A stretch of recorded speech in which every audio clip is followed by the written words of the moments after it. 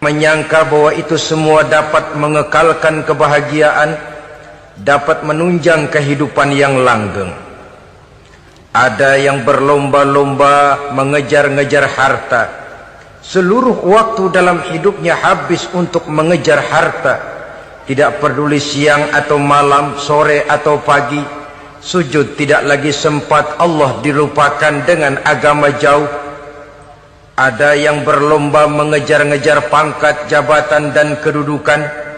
Tidak peduli menjilat ke atas, menginjak ke bawah atau menyikut kiri dan kanan. Bahkan teman pun jadi lawan, lawan pun jadi teman. Bukan soal, yang penting pangkat terkejar. Ada yang berlomba memperbanyak kendaraan, sejak dari jet pribadi, pesawat kapal pesiar, sampai kepada mobil-mobil mutakhir. Ada yang berlomba memperbagus rumahnya. Ada yang berlomba memperbanyak istri dan anak-anaknya. Seluruhnya tenggelam di dalam perlombaan yang menurut ukuran mereka akan mendatangkan prestise, kemegahan dan kebanggaan.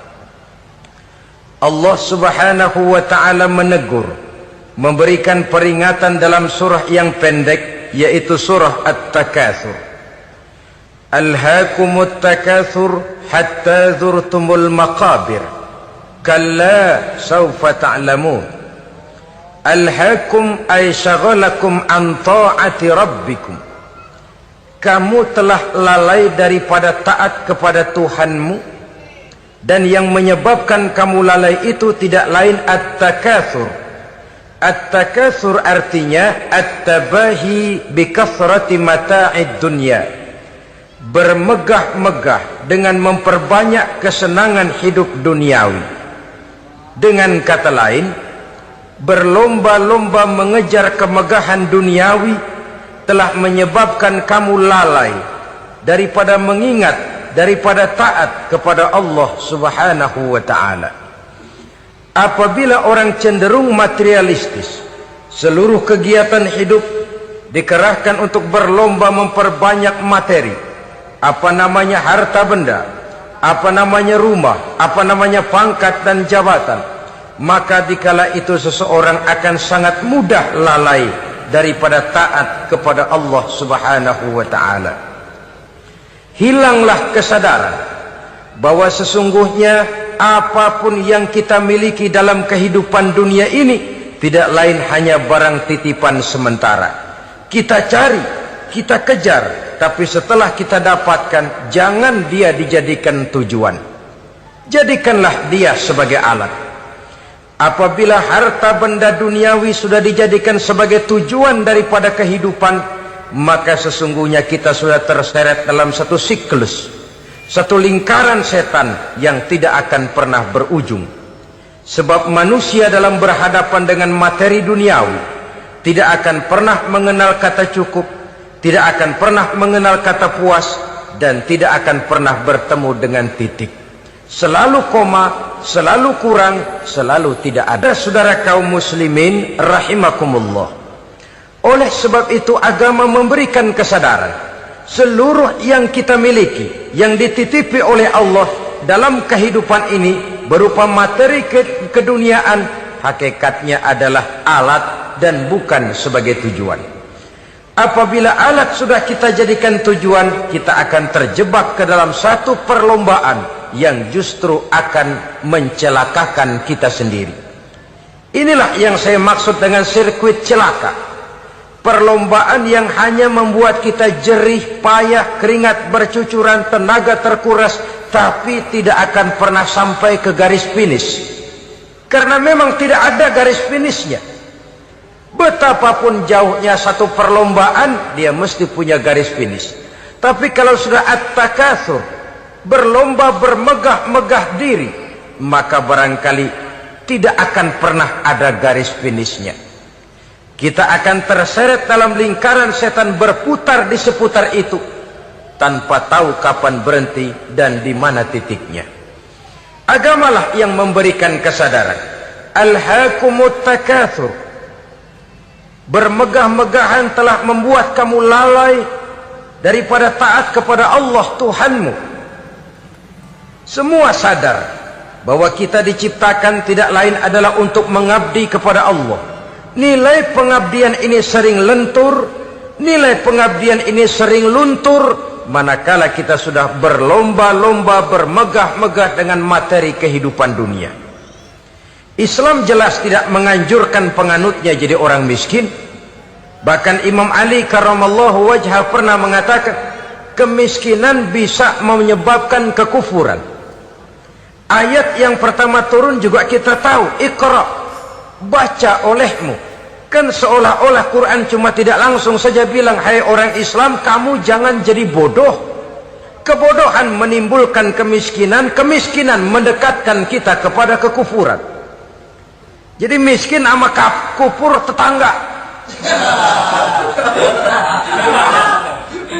Artinya dalam kondisi miskin, kemudi hati itu mudah terombang-ambing. Oleh sebab itu sering kemiskinan umat Islam ini dimanfaatkan oleh orang-orang lain untuk menyebarkan agamanya. Padahal agama adalah soal keyakinan yang tidak mungkin ditunjang dengan supermi, ditunjang dengan beras, pakaian, obat-obatan, beasiswa. Agama adalah soal keyakinan. Keyakinan adalah soal kebenaran, dan kebenaran itu adalah milik bersama. Tujuan diciptakannya manusia tidak lain adalah untuk melaksanakan ibadah. Kalau orang tenggelam dalam perlombaan memperbanyak harta, mempertinggi kedudukan, memperindah segala macam yang sifatnya duniawi, biasanya itu akan membuat dia lalai dari taatnya kepada Allah Azza wa Jalla. Kadang bukan hanya lalai daripada taat, juga sering terjebak kepada maksiat. Karena kalau pola pandang dan tolok ukur sudah benda duniawi semata-mata, sangat tidak mustahil orang lalu terjebak ke dalam prinsip menghalalkan segala cara. Asal sudah tujuan tercapai, cara apapun halal. Akhirat nomor 18. Nah, bukankah memang barangkali kita sejak kecil sudah dilatih untuk materialistis? Umpamanya kita hanya sering dilatih untuk takut kepada yang konkret-konkret saja, takut kepada yang nyata-nyata saja. Seorang ibu kalau menakuti anaknya, aduh nak, kenapa ini kau kerjakan? Kalau bapakmu tahu, waduh, habis kamu. Nah, kita lihat, kalau bapakmu tahu, kalau polisi tahu, kalau hansip tahu, kalau satpam tahu. Tapi jarang seorang ibu menanamkan kepada anak, nak, kenapa ini yang kau lakukan, nak? Bukankah kau tahu Allah lihat, Allah tahu, Allah dengar, Allah, nak? Diajarkan takut kepada yang gaib. Karena kalau takut dia kepada polisi, dia pasti bisa cari tempat lain dong yang polisi kagak lihat. Kalau takut dia kepada satpam, minggir dong ke tempat yang kira-kira satpam nggak lihat. Tapi kalau sudah takut itu terpulang kepada Allah, kepada yang gaib, tidak sejengkal tanah pun yang terhalang dari pengetahuan Allah. Tapi itulah salahnya kita. Sejak kecil anak-anak sudah kita latih untuk takut hanya kepada yang konkret-konkret saja. Akibatnya sampai dia besar melembaga dalam kehidupannya. Dia nyolong, kata temannya, kamu nyolong ya? Iya. Kok nyolong sih? Emang? Kenapa nyolong? Biarin.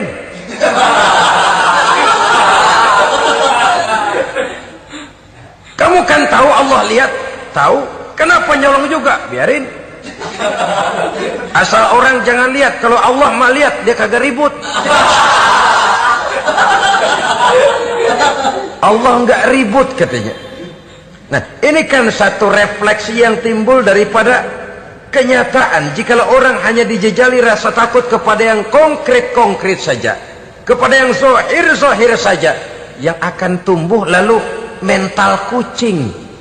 Sopan, tenang, kalem, ayem, nggelenggem.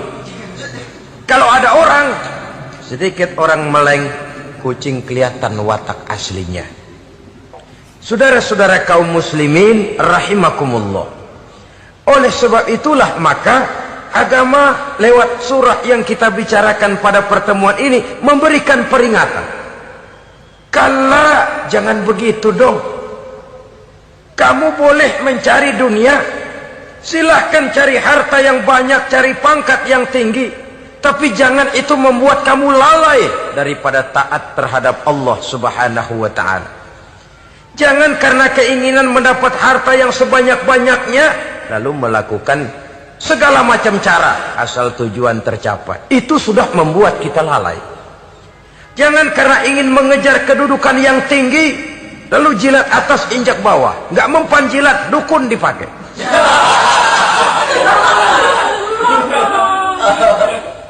Itu kan sudah membuat kita lalai. Nanti kalau berhasil, wah dukun kita paten. Tapi kalau gagal, dukun sialan, kagak mantu. Hilanglah Allah dalam kehidupan kita. Makin materialis, dan perlombaan ini membawa kita kepada kecelakaan. Kala, sekali-kali jangan begitu. Kenapa? Dahulu pun ketika lahir ke dunia tidak ada pangkat yang kita sandang. Dahulu pun ketika lahir ke dunia tidak ada harta yang kita bawa. Jadi harta itu, pangkat itu, kedudukan itu ada dalam hati, tapi tidak berurat dan berakar. Kalau dia berurat dan berakar dalam hati, berat misah sama harta itu. Berat. Sekedar ngasih fakir miskin cepet juga berhitungnya 17 lembar.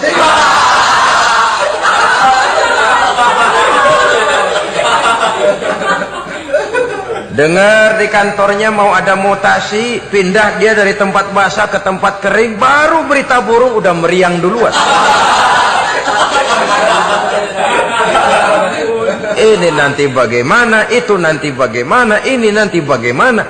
Kan tidak jarang orang yang kena apa istilah kerennya zaman sekarang itu post power syndrome. Post power syndrome ini pernah dianalisa oleh Nabi. Kata beliau, irhamu salasatan minan nas. Sayangilah 3 macam manusia. Siapa mereka? Pertama, azizan zallat, orang terhormat yang jatuh hina. Ini yang sering terkena post power syndrome. Biasa kemana-mana dikawal, dihormati, datang ke tempat ini protokol siap, ini serba diatur semua, serba beres. Begitu jabatan selesai atau pensiun, habis orang gak indah-indah. Dia lihat orang diemin aja, orang diemin, orang tonton. Ini kalau nggak kuat mentalnya, itu kena post power syndrome.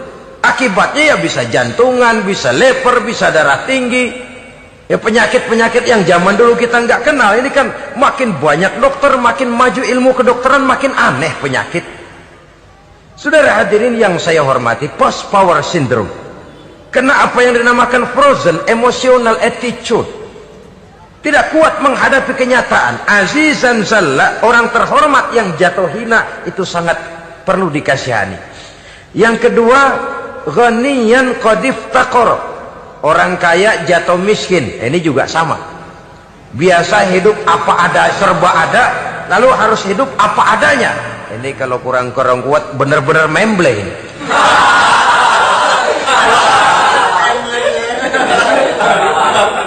Kalau tidak kuat mentalnya, biasa hidup serba enak, serba nikmat, cuma kerjanya neken cek, main apa itu kredit card, macam-macam fasilitas dipunyai. Tahu-tahu jatuh bangkrut, jatuh miskin.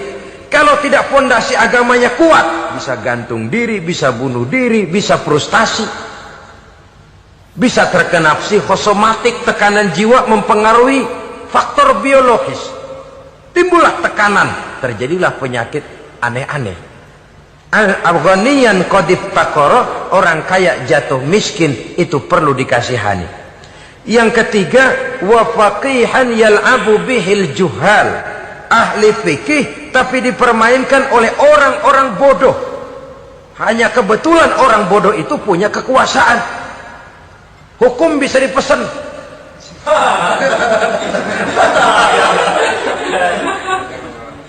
Aturannya haram, Ustaz, ada haram dikit aja dah.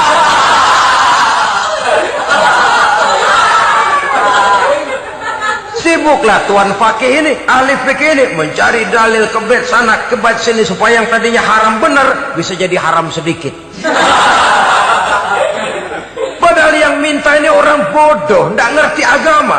Cuma karena punya kekuasaan dipermainkan oleh orang yang fakih. Orang yang fakih ini dipermainkan. Kasihan orang yang seperti itu. Wa faqihan yal'abu bihil juhal. Ahli fikih tapi dipermainkan oleh orang-orang bodoh. Akibatnya karismanya hilang, wibawanya lenyap. Dia menyangka bahwa dengan mengharam-haram sedikit-sedikit itu dia bisa mendapat keuntungan yang berganda-ganda. Padahal akibatnya itu hanya akan membawa kecelakaan saja. Allah peringatkan benar, kala sekali-kali jangan begitu. Cari uang yang banyak silahkan. Ngejar kedudukan yang bagus boleh.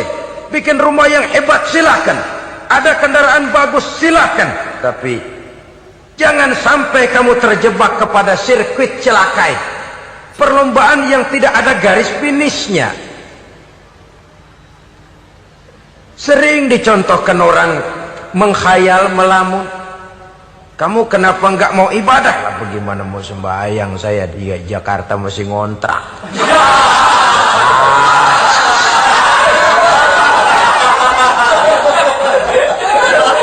Bingung, tiap akhir tahun kontrakan habis.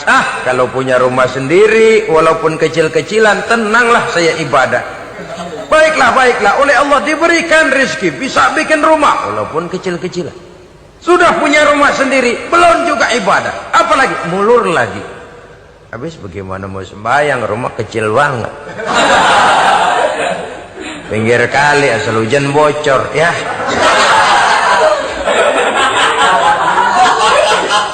Kalau bisa punya rumah permanen, rajin dah ibadah dah. Iyalah, diberikan rezeki, bisa bikin rumah besar, kamarnya banyak, halamannya luas, kendaraan belum ada, perabotan belum lengkap. Sudah ada kendaraan, belum kayak orang-orang. Sudah kayak orang-orang, masih sama dong, kudu di atas. Kapanlah selesainya? Kala sekali-kali jangan begitu. Jangan kamu mengumpulkan harta bermegah-megah membuat kamu lalai dari taat kepada Tuhanmu. Engkau tinggalkan rukuk dan sujud, engkau jauh dari masjid, engkau kering dari kehidupan beragama.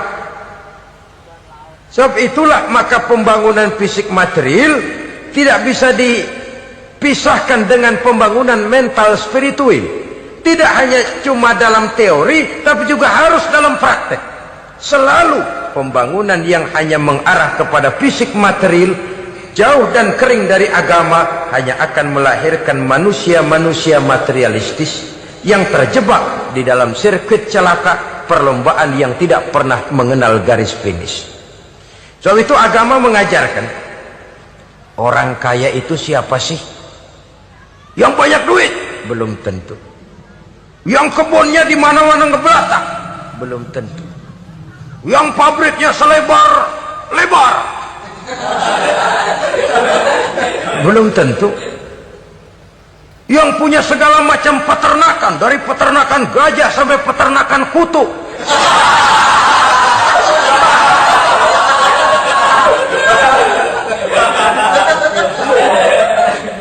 Belum tentu.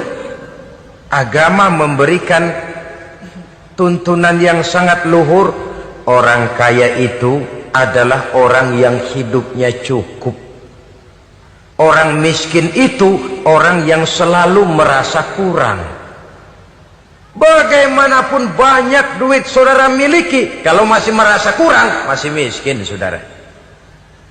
Saya punya uang 1.000 rupiah, Anda punya uang 1 juta rupiah. Mungkin saya lebih kaya dengan uang yang 1.000 ketimbang Anda 1 juta. Kenapa? Dalam tangan saya uang 1.000 besar, artinya sesuai dengan kebutuhan saya. Tapi di tangan Anda uang 1 juta, kebutuhan Anda lebih besar daripada itu lagi. Maka agama mengajarkan sifat qanaah, merasa cukup, dan itulah sumber kekayaan yang hakiki. Orang kaya adalah orang yang hidupnya cukup. Kalla saufa ta'lamun, Jangan begitu, nanti kamu akan tahu. Summa kalla sawfa ta'lamun. Jangan sekali-kali begitu, suatu saat kamu pasti akan tahu. Kalla law ta'lamuna ilmal yaqin, thumma latarawunnaha 'ainal yaqin, thumma latus'alunna yawma idzin 'anil na'im. Nah, kapan perlombaan ini akan menyadarkan orang biasanya? Hatta zurtumul maqabir. Sampai kamu dekat ke liang kubur. Itu biasanya kalau istilah orang sekarang baru ngeh. Asal sudah napas sampai tenggorokan disambung dengan selang, sudah Senin Kemis dibantu dengan alat picu jantung, gerak gerak gerak gerak, sudah kayak orang mau gergaji kayu. Dikala itu barulah sadar orang biasanya. Dan kesadaran semacam itu kesadaran yang terlambat, kesadaran ala Fir'aun. Fir'aun selagi hidup diajak beriman dan nehi aja.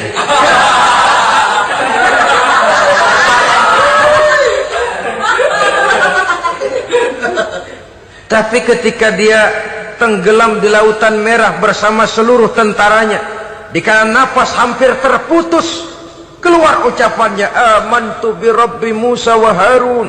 Aduh, kalau begini mah saya juga percaya kepada Tuhannya Musa dan Harun. Saya beriman kepada Allah. Lagi timbul tenggelam mau sekarat baru beriman. Hatta zurtumul maqabir. Kamu telah lalai dari sebab bermegah-megah sampai kamu masuk ke liang kubur, dekat ke liang kubur. Kalimat zurtum di sini menjelaskan bahwa kubur itu tidak selamanya. Zurtum itu dari kalimat zaro ya zuru, berziarah. Orang berziarah kan sebentar. Ke kubur itu sama dengan berziarah kita di situ. Sebentar, tidak akan selamanya, tidak akan kekal dalam kubur. Bahwa kubur itu cuma satu halte dari sekian halte yang harus kita jalani. Hatta zurtumul maqabir ay mutum wa dufintum fil kubur. Sampai kamu mati, dikubumikan dalam kubur, barulah kamu sadar bahwa perlombaan itu hanya sia-sia. Bahwa perlombaan itu tidak akan pernah mengenal garis finish. Bahwa perlombaan itu akan membuat kamu celaka. Begitulah umumnya kebanyakan orang yang terjebak ke dalam paham materialis, baru menyadari kesalahan langkahnya pada saat napas sudah sampai di tenggorokan. Ternyata uangnya yang miliaran rupiah tidak sanggup menyambung nafasnya. Ternyata kendaraan yang serba mewah berkilat tidak sanggup meneruskan kehidupannya. Ternyata pangkat jabatannya yang tinggi yang membuat dia menyebabkan temannya jadi lawan-lawannya jadi teman, tidak akan sanggup menghentikan sang malaikat maut. Kalau keadaan sudah begitu, baru sadarlah kita terlambat. Karena saat seperti itu akan dihadapi oleh setiap orang. Kala, jangan begitu. Sadarlah kamu bahwa kalau sudah dekat ke liang kubur kamu baru insaf, itu terlambat. Sebelum nafas sampai di tenggorokan, pintu tobat masih selalu terbuka. Tapi manakala nafas sudah sampai di tenggorokan, tertutuplah pintu tobat untuk orang yang bersangkutan. Oleh sebab itu, perlombaan dengan bermegah-megah terhadap materi duniawi, tolok ukur dan pandangan hidup yang terbatas kepada wujud benda semata-mata, memang sering menyebabkan orang lalai, sering menyebabkan orang lupa diri, tidak sadar tentang hakikat yang terpenting dari kehidupan ini, yaitu tentang dari mana dia datang, di mana dia sekarang, dan kemana dia akan pulang. Sungguh, ilmu pengetahuan tidak akan pernah mampu menjawab persoalan ini. Sungguh, filsafat juga tidak berdaya menghadapi pertanyaan seperti ini. Hanya agama yang mampu memberikan kepastian batin tentang hakikat dari mana kita datang, di mana kita sekarang, dan kemana kita akan pulang. Makin kita renungi pertanyaan ini, makin kita menemukan diri sendiri. Dan makin kita menemukan mengenal diri sendiri, kita akan semakin mengenal Allah subhanahu wa ta'ala. Semakin kita mengenal Allah, maka akan semakin terpanggil kita untuk dekat dengannya, mentaati segala perintahnya, dan berupaya menjauhi segala yang dilarangnya. Dengan demikian selamatlah kita dari satu perlombaan yang hanya akan menyeret kita kepada menghalalkan segala cara, jauh dari agama, jauh dari Allah, bahkan jauh dari sesama manusia. Karena umumnya perlombaan seperti ini akan cenderung melahirkan manusia yang egois. Muslimin rahimakumullah. Lebih jauh, mari kita mengikuti peringatan Allah dalam surah Al-Munafiqun ayat 9. Di sini Allah Subhanahu wa taala mengingatkan, A'udzu billahi minasy syaithanir rajim. Ya ayyuhalladzina amanu la tulhikum amwalukum wala auladukum an dzikrillah wa may yaf'al dzalika fa ulaika humul khasirun. Hai orang-orang yang beriman, jangan sampai hartamu dan anak-anakmu melalaikan kamu daripada mengingat Allah. Wa may yaf'al dzalik, barang siapa yang melakukan hal seperti itu, fa ulaika humul khasirun, maka merekalah sesungguhnya orang-orang yang merugi. Rugi dunia, rugi akhirat. Disebutkan di sini dua hal yang sering menyebabkan kita jadi lalai. Amwal dan aulad. Harta dan anak-anak. Materi dan keluarga. Perlombaan di dalam mengumpulkan materi sering menyebabkan kita menjadi lalai. Begitu juga amanah berupa anak ini sering kita lalaikan atau sering membuat juga kita menjadi lalai. Kita lalaikan dalam arti bahwa keduanya, baik harta baik anak, merupakan amanah dari Allah. Setiap orang tua akan dimintakan pertanggungan jawab. Apabila kita lalaikan amanah ini, maka resikonya akan kembali juga kepada kita. Tapi satu hal yang jelas dalam ayat 9 surah Al-Munafiqun ini, bahwa perlombaan memperbanyak harta dan anak-anak yang masuk dalam kelompok at-takatsur itu tadi akan menyebabkan orang khasiru, termasuk ke dalam kelompok orang-orang yang rugi. Perlombaan yang hanya akan membawa kerugian semata-mata. Kemudian di dalam satu hadis Rasulullah sallallahu alaihi wasallam memberikan peringatan.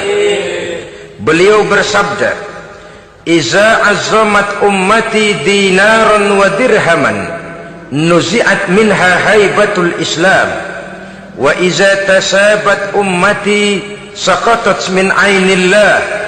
Wa iza turikatil amru bil ma'rufi wan nahyu 'anil munkari hurimat 'alaihim barakatul wahyi. Ada tiga hal yang kalau kita kerjakan akan menimbulkan tiga macam akibat di dalam hadis ini. Pertama, iza azzamat ummati dinaran wa dirhaman. Apabila umatku sudah mengagung-agungkan dinar dan dirham, artinya kalau umatku sudah jatuh menjadi umat yang materialistis, segalanya diukur dari dinar dan dirham. Dinar dan dirham ini kalau bahasa Inggrisnya dokat.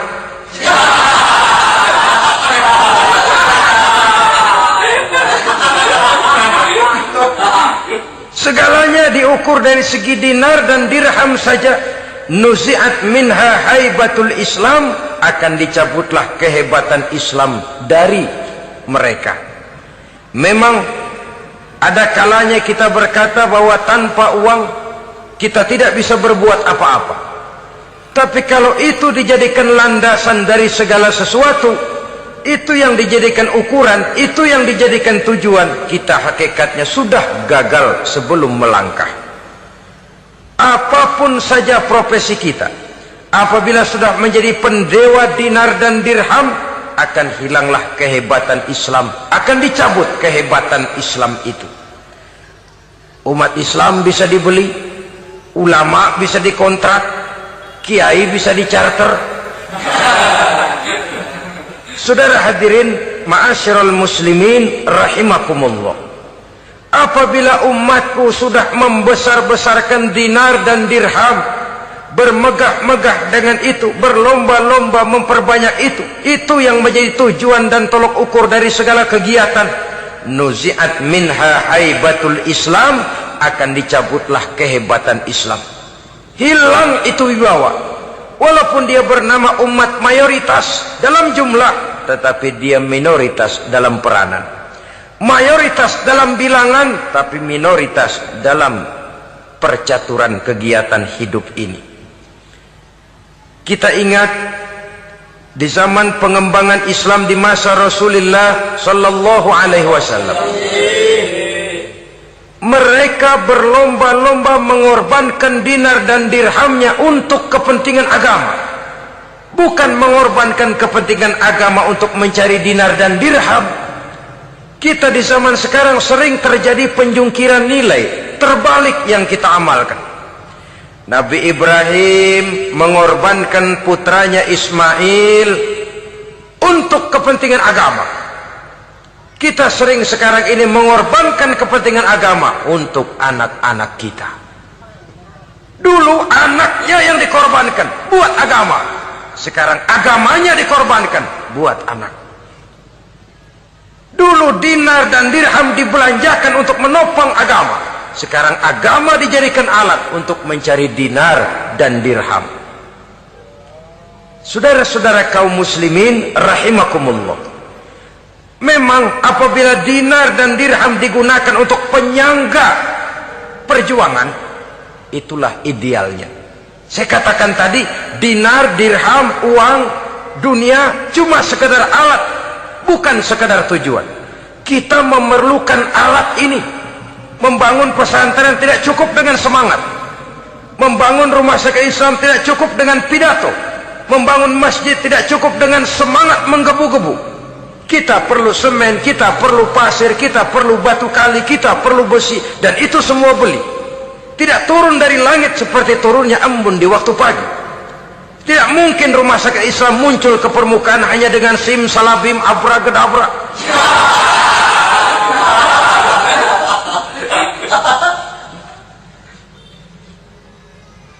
Oleh sebab itu, saya bersyukur kecenderungan belakangan ini pengajian-pengajian akbar di berbagai tempat tidak hanya sebagai ajang untuk menanamkan akidah, membina ukhuwah, tapi juga menjadi sarana di mana kita mengumpulkan dana, menghimpun potensi umat, menginventarisir potensi untuk kepentingan pengembangan daripada agama. Meskipun ada satu dua orang yang salah paham tentang ini, sampai kemudian saya mendapat satu merek yang cukup tidak enak untuk didengar, mengkomersilkan pengajian katanya, karena memang ada pengajian yang menggunakan sistem karcis, sebenarnya juga tidak etis. Undangan berikut infak yang seluruh hasilnya digunakan buat kepentingan agama, apakah itu rumah sakit, apakah itu madrasah, apakah itu masjid, dan satu sen pun saya tidak menuntut bagian dari itu. Saya malah berprinsip sepanjang saya masih laku untuk dijual dan itu memang buat kepentingan agama, persilahkan jual saja, asal buat masjid, pesantren, madrasah, rumah sakit Islam, kegiatan syiar dan dakwah, silakan. Tapi kalau sudah dijual buat kepentingan pribadi, memperkaya diri sendiri, tentunya dunia akhirat sulit untuk ridho kepada tingkah laku yang semacam itu. Kita memerlukan dana, umat di daerah membangun memerlukan dana, dan dana itu tidak hanya datang begitu saja. Kita bersyukur bahwa untuk menghadiri pengajian sekarang ini orang mau mengeluarkan uang, mau memberikan infak dengan ikhlas, tidak dengan keterpaksaan. Kenapa tidak? Sehingga ini lalu diinventarisir untuk kepentingan pembangunan agama. Ratusan juta rupiah terkumpul dari pengajian-pengajian rutin ini, pengajian-pengajian akbar ini. Puluhan masjid terbantu, rumah sakit Islam terbantu, musola selesai. Ya walaupun tidak lalu semuanya beres, tapi gemaknya itu sudah cukup menyentuh untuk menyadarkan orang bahwa harta baru kekal kalau dia sudah dibelanjakan di jalan Allah. Nah, yang celaka kalau dinar dan dirham itu yang dijadikan tujuan. Mengadakan pengajian semata-mata untuk cari uang, uangnya buat kantongnya dewek. Itu yang membuat dicabutnya kehebatan Islam itu. Segalanya diukur dari sudut itu. Sehingga ketika seseorang datang bertanya tentang hal-hal yang berkaitan dengan ini, maka hal semacam ini sesungguhnya satu nikmat yang perlu kita syukuri sepanjang menginventarisir potensi umat benar-benar digunakan buat kepentingan daripada agama kita. Jadi peringatan tegas dari Nabi ini, iza azamat ummati dinaron wa dirhaman nuzi'at minha haibatul Islam. Apabila umatku sudah mengagung-agungkan dinar dan dirham, maka akan dicabutlah kehebatan Islam dari tengah-tengah mereka. Remeh saja orang memandang kita, enteng saja orang memandang kita. Satu. Yang kedua, patuhlah mereka dalam pandangan Allah. Kalau sesama umat ini sudah saling menjelekkan, apakah yang menjelekkan itu lebih bagus dari yang dijelekkan di hadapan Allah? Dua-duanya sama rendahnya. Pribadi saya mungkin puas kalau saya bisa menghantam saudara di depan umum, menjelek-jelekkan nama saudara. Tapi lebih baikkah saya dalam pandangan Allah? Sama rendahnya dengan orang yang saya jelekkan. Itu pun kalau yang dijelekkan benar-benar jelek. Kalau cuma sekedar fitnah, wah, lebih celaka lagi nasib si orang itu tadi. Ini artinya menyadarkan kita bahwa umat ini sudah diikat dengan akidah. Beraneka ragam kita, tapi harus ada kebersamaan. Berbeda kita, tapi harus satu. Sebagai satu ummatan wahidah, satu umat yang satu. Oleh sebab itu, persamaannya lah yang harus kita angkat ke permukaan, bukan perbedaannya yang kita perbesar. Sudah datang waktunya umat Islam bangun dari tidurnya, jangan lagi dibuai oleh irama mayoritas. Sudah lewat masanya kita bertengkar karena persoalan-persoalan kecil yang tidak prinsip. Sudah datang waktunya umat Islam bersatu, menyusun saf yang lebih lurus oleh karena ia dihadapkan kepada tantangan-tantangan yang tidak semakin ringan. Kalau kita bertengkar dengan kita, kalau kita saling mencaci sesama kita, bukankah Yahudi tepuk tangan? Bukankah Nasrani menari-nari? Bukankah pihak ketiga akan menangguk di air keruh? Dan kerugian akan terpulang kepada kita semua. Tapi inilah realita, bahwa yang kita hadapi ini sesungguhnya musuh kita di luar kita, bukan di dalam kita. Apakah itu kemiskinan, kebodohan, maksiat, munkarat, ketidakadilan, kezaliman, kesewenang-wenangan, dan lain sebagainya. Yang musuh jadikan musuh, yang teman mari kita rangkul. Jangan terbalik, teman dimusuhi, musuh malah dirangkul. Maka berpesta poralah musuh-musuh Islam ini. Saudara-saudara kaum muslimin rahimakumullah, Nabi memperingatkan dengan tegas, wa iza tasabat ummati saqatat min ainillah. Jikalau umatku sudah saling mencaci maki, sudah saling berbantah-bantahan, jatuhlah mereka dalam pandangan Allah. Satu ayat menjelaskan, jangan sebagian kamu meremehkan, yaskhar, mengecilkan, menganggap enteng orang lain. Boleh jadi yang dihina, diremehkan, dianggap enteng itu nilainya lebih bagus daripada yang menganggap enteng. Dalam hakikat segala sesuatu itu cuma kembali kepada Allah. Di sanalah penilaian finalnya. Manusia hanya melihat yang zahir. Makin banyak harapan hidup ini kita gantungkan kepada manusia, makin banyak kita harus bersiap untuk kecewa. Saudara-saudara kaum muslimin rahimakumullah. Kemudian yang ketiga peringatan dari baginda Nabi, wa iza turikatil amru bil ma'rufi wan nahyu 'anil munkari hurimat 'alaihim barakatul wahyi.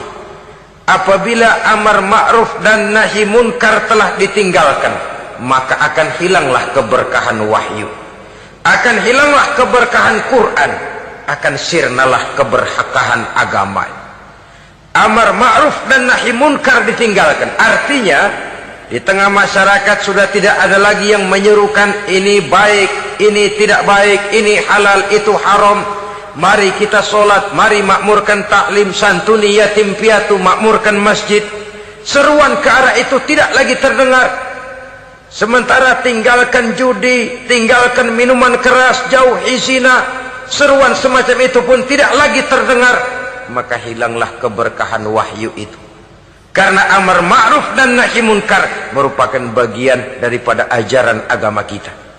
Menjadi sponsor dari segala macam kebajikan dan menjadi penghalang daripada segala macam kemunkaran sesuai dengan batas kemampuan yang kita miliki masing-masing. Nah, saya kembali kepada persoalan pokok di awal pembicaraan tadi. Bagaimana jalan keluarnya? Jalan keluarnya tidak lain adalah upaya. Bagaimana kegiatan yang sifatnya fisik material ini diimbangi dengan kegiatan yang bersifat mental spiritual. Upaya menghidupkan majelis-majelis ta'lim, upaya memakmurkan masjid-masjid sebagai laboratorium rohani untuk mewujudkan keseimbangan dalam pola pikir yang akan berlanjut dalam gerak hidup yang kemudian akan tertuang dalam segala perbuatan manusia. Apabila sudah terwujud kepincangan dalam pola pikir, akan pincanglah caranya bertindak dan berbuat, akan pincanglah pandangan hidupnya, akan pincanglah orientasinya di dalam kehidupan ini. Oleh karena itu, Islam dalam berbagai aspek kehidupan mengajarkan sistem keseimbangan. Mencari harta boleh, tapi tidak boleh keluar dalam kerangka fastabiqul khairat.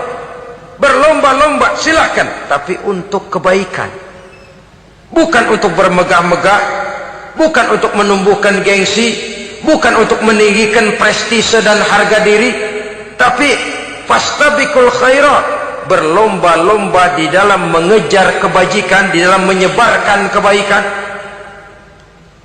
Bukan sekedar berlomba-lomba, tapi tolong menolong, bantu membantu.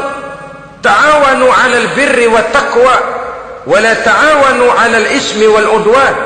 Bertolong-tolonganlah kamu di dalam kebaikan dan takwa, jangan bertolong-tolongan di dalam perbuatan dosa dan permusuhan. Kerjasama di dalam kebaikan, kerjasama di dalam ketakwaan. Ada satu contoh yang menarik bahwa umat Islam di dalam ia menjalin kebersamaan itu harus seperti orang main sepak bola. Saudara lihat, orang main sepak bola, kalau pertandingan belum dimulai, silahkan kumpul di luar lapangan, atur strategi yang baik. Tapi kalau pertandingan sudah dimulai, turun ke lapangan hijau, jangan kumpul terus. Masa ada sepak bola gotong royong, groyok ke sana, groyok ke sini, ya kalah terus. Harus ada yang jadi penyerang tengah, kan begitu toh sepak bola. Harus ada yang jadi kiri luar, kanan dalam, striker, back, penjaga gawang. Yang penting kerjasama, teamwork. Lalu mampu menciptakan operan-operan.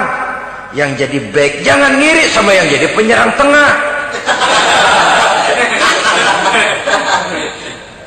Jangan hasut, sebab bagaimanapun juga andai kata si penyerang tengah berhasil menjaringkan bola ke gawang lawan, kan kemenangan bukan kemenangan satu orang, kemenangan satu kesebelasan, kemenangan satu tim.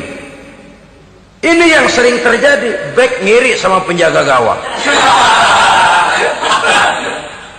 lalu penjaga gawang ngiri sama penyerang tengah, penyerang tengah ngiri sama kiri luar. Ya kapan mau menggolkan ke gawang lawan? Kita ini satu kesebelasan, posisi boleh berbeda. Umat Islam itu harus ada yang jadi camat, lurah, bupati, gubernur, menteri, jadi jenderal, jadi konglomerat, jadi pengusaha, jadi teknokrat. Yang penting kerjasama, teamwork, mampu menciptakan operan-operan yang akurat. Diego Armando Maradona, enggak pakai dia, enggak. Itu katanya maha bintang, gagah, hebat. bintang lapangan hijau. Kapan Maradona hebat? Kalau ditunjang oleh 10 temannya yang lain, merupakan satu kesebelasan. Bagaimanapun hebatnya Diego Armando Maradona, kalau dia sendirian lawan satu kesebelasan, remek.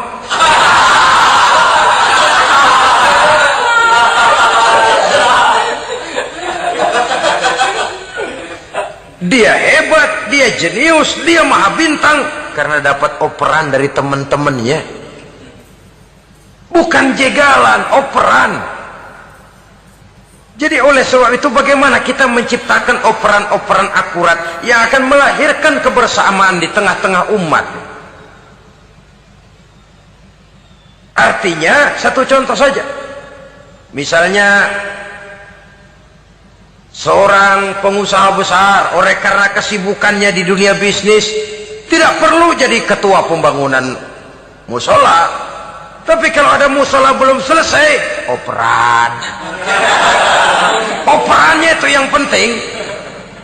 Apa yang dioper itu? Semen, apa batu kali, apa besi? Yang penting operan. Operannya akurat. Kadang-kadang ada terjadi juga frustasi ngelihat lawan kesebelasannya terlalu kuat, ngoper ke gawang sendiri. Jebol. Kan sering terjadi begitu. Muslim didukung oleh umat Islam, ketika punya posisi menguntungkan malah mempersulit Islam. Ini kan ngoper ke gawang sendiri, bunuh diri namanya. Boro-boro jebolin gawang lawan, asal jangan bunuh diri juga lumayan. Jadi kalau saja kita mampu menciptakan kebersamaan seperti ini, baju boleh berbeda. Seorang muslim boleh dibungkus baju ABRI, boleh dibungkus baju dokter, boleh dibungkus baju teknokrat, boleh dibungkus baju konglomerat, sekedar baju. Tapi kalau terbukalah baju itu, kelihatan dadanya, terbersit nilai imannya, meresap sampai ke tulang sumsumnya. Dan pada saat Islam dikuti-kuti, akan timbul kecintaannya, akan timbul, saya muslim dan saya bangga dengan Islam saya. Saya muslim dan saya mau berbuat untuk Islam saya. Saya muslim dan saya siap mati untuk Islam saya. Dengan baju apapun dia terbungkus, kalau roh, jiwa dan semangat semacam ini tertanam, saya yakin kita umat Islam akan mampu berbuat lebih banyak dengan mewujudkan operan-operan akurat yang sangat diharapkan oleh umat itu tadi.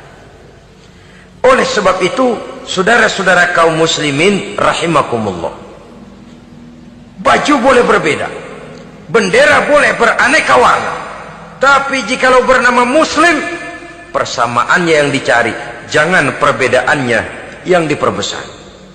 Nilai persaudaraan yang diikat dengan akidah semacam inilah yang banyak dicari orang, yang banyak menyebabkan orang masuk Islam. Di mana masjid kelihatan benar sebagai simbol kehidupan demokrasi dalam menciptakan ukhuwah, wawasan ukhuwah ini. Masjid simbol demokrasi. Siapapun masuk masjid buka sepatu, demokrasi. Siapapun orangnya, tidak peduli merek apapun sepatunya. Apa itu keluaran Cibaduyut Bandung? Apa itu modelnya Belli, Beltoni, Itali? Tidak soal, masuk masjid buka. Jumatan, kopral datang lebih dulu depan, pral.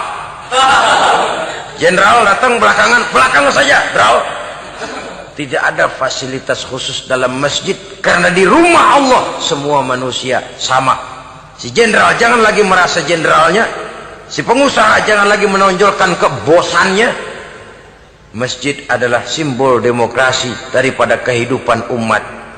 Sebab itu jangan terjebak kepada sektoral di dalam kita berbicara tentang ukhuwah ini. Kita boleh terbungkus dengan baju apapun, tapi kalau di balik baju itu tidak lain jiwa Islam yang mau berkorban, mau mengeluarkan harta, bahkan siap mati untuk Islamnya, maka kebersamaan itu akan mudah kita wujudkan. Tapi sepanjang kita berpecah belah, sepanjang kita centang perenang, maka tidak akan banyak yang bisa kita lakukan. Satu-satunya perlombaan yang bukan hanya dibolehkan tapi bahkan sangat dianjurkan oleh agama, yaitu fastabiqul khairat, berlomba-lombalah di dalam kebaikan. Berlomba-lomba di dalam memakmurkan masjid, berlomba-lomba di dalam menghidupkan majelis-majelis taklim, berlomba di dalam menegakkan yang ma'ruf dan menghancurkan yang munkar, berlomba di dalam menyantuni yatim piatu. Tapi prakteknya kan kadang-kadang terbalik. Kalau sudah kumpul, yang diakur-akurin, udah nambah kebon belum? Pabrik udah diperluas belum? Bisnis sudah sejauh mana? Belum pernah ada ketemu lalu kongko, masjidnya udah digedein ya? Jarang yang ngomong begitu. Madrasahnya sudah bagaimana? Sejauh mana? Mesti yang enak itu ya nyocok-nyocokin. Bagaimana rumahmu sudah? Bagaimana kendaraanmu? Bagaimana pesawatmu? Bagaimana bukankah itu juga takasur? Dari obrolan kan nanti yang belum kan timbul panasnya. Gile dia udah beli gituan, gue belum. Timbul panasnya. Lalu berusaha, berlomba lagi, bersaing lagi, berlomba lagi, bersaing lagi. Walaupun persaingan perlu, karena tanpa persaingan orang jarang mikir. Hidup itu kalau nggak ada tantangan kan tidur kita. Orang hidup smooth gitu ya, jalan tenang, setenang ya nggak maju orang itu. Orang itu baru bisa mengalami kemajuan kalau dia sudah dihadapkan kepada tantangan, gemblengan, gojlogan, fitnahan, hinaan, caci maki. Persaingan itu perlu supaya orang mikir.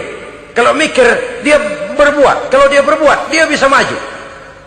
Tapi persaingan yang sehat, bukan persaingan yang lalu menimbulkan fitnah, menghancurkan nama baik orang lain, yang dilatar belakangi oleh sifat hasud, dendam, iri hati, lalu menghalalkan segala cara. Tidak, bukan itu. Persaingan yang sehat ini akan menjadi alat picu agar orang lalu berlomba di dalam kebaikan.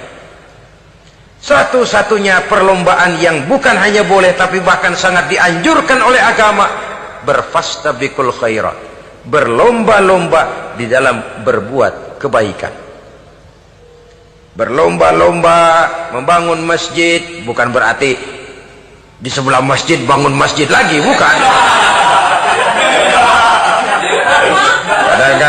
Kadang-kadang karena ada fastabiqul khairat, berlomba-lomba, nggak apa-apa dah. Di sebelah masjid bikin lagi masjid.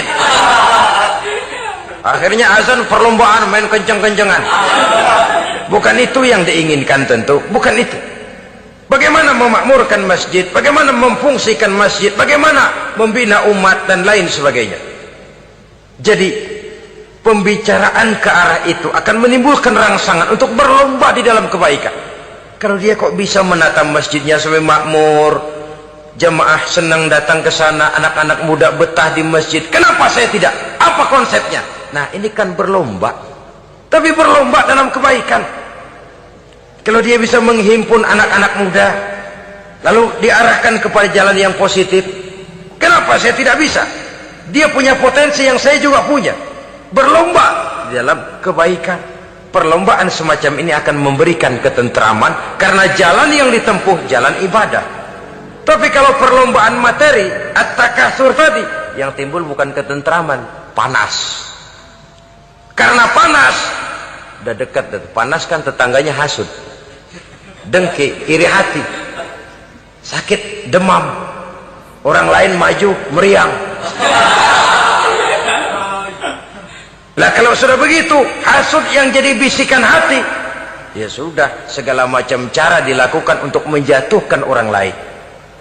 Dan itu sudah bukan lagi persaingan yang sehat. Saudara-saudara kaum muslimin rahimakumullah.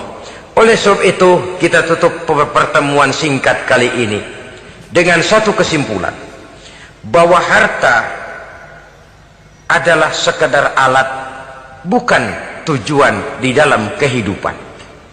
Tanpa harta barangkali orang sulit untuk bahagia, tapi harta semata-mata tidak merupakan jaminan bahwa orang lalu akan bahagia. Termasuk di dalam kata harta ini pangkat, jabatan, kedudukan, anak, istri, keluarga, rumah, tanah, pabrik, kebun, peternakan dan lain sebagainya. Perlombaan yang dianjurkan di dalam agama adalah perlombaan untuk berbuat kebaikan. Maka masalahnya sekarang, bagaimana kita memanfaatkan harta ini untuk sebanyak-banyak kebaikan yang bisa kita lakukan. Semoga kita mampu melakukannya dan kita tidak termasuk dalam orang-orang yang celaka yang lantaran bermegah-megah dengan kesenangan dunia saja. Terima kasih atas segala perhatian. Mohon maaf atas segala kekurangan. Usikum wa nafsi bitaqwallah. Wassalamualaikum warahmatullahi wabarakatuh.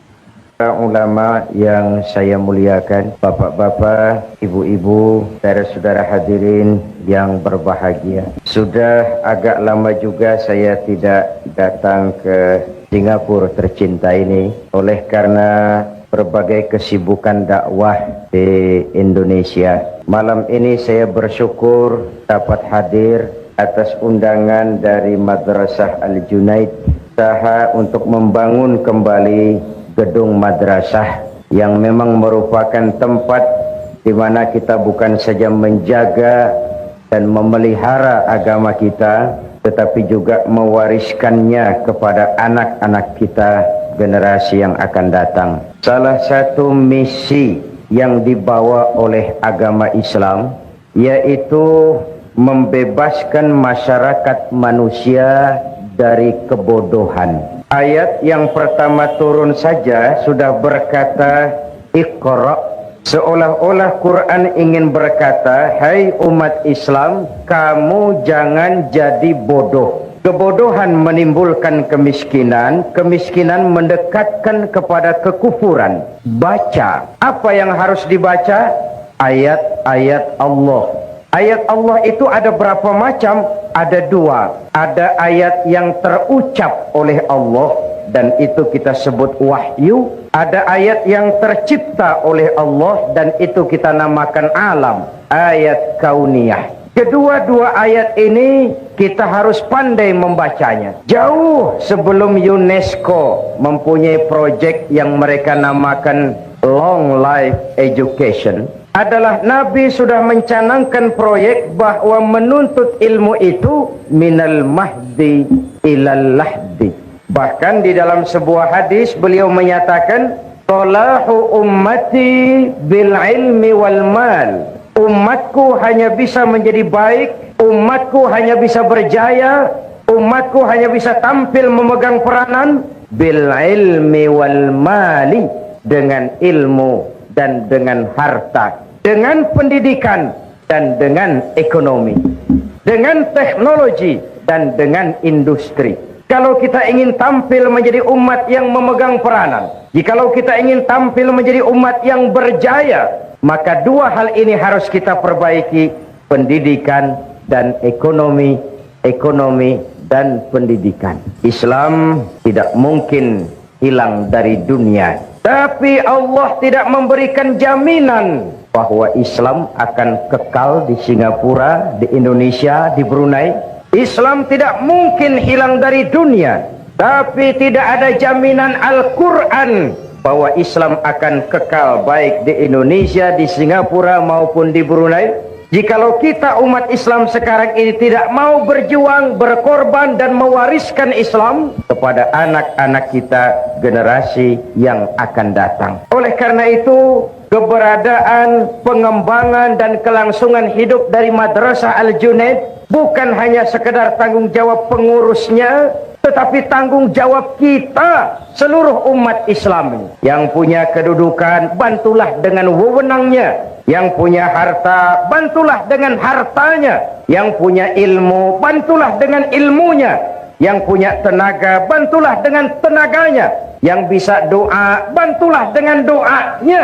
Yang tidak bisa apa-apa, bantulah dengan diam. Diam saja, itu sudah lumayan membantu. Apalagi biaya untuk membangun madrasah ini cukup besar. Tapi tidak ada yang besar jikalau ringan sama kita jinjing dan berat sama kita pikul. Jikalau duduk kita sama rendah, berdiri pun kita sama tegak. Tidak ada yang tidak bisa kita lakukan. Malam ini saya di sini Singapura ini, saya tidak merasa sebagai tamu di sini. Saya merasa saya hanya seorang keluarga yang datang dan bicara di tengah-tengah keluarganya. Apa yang mengikat kita? Akidah. Saya adalah saudara, saudara adalah saya. Menghina saudara sama dengan menghina saya. Menyakiti saudara sama dengan menyakiti saya. Karena saya adalah saudara, saudara adalah saya. Di hatiku ada kamu. Kebersamaan itu makin, bahkan pada waktu saya di Brooklyn di New York, saya kumpul dengan black Muslim, negro Muslim.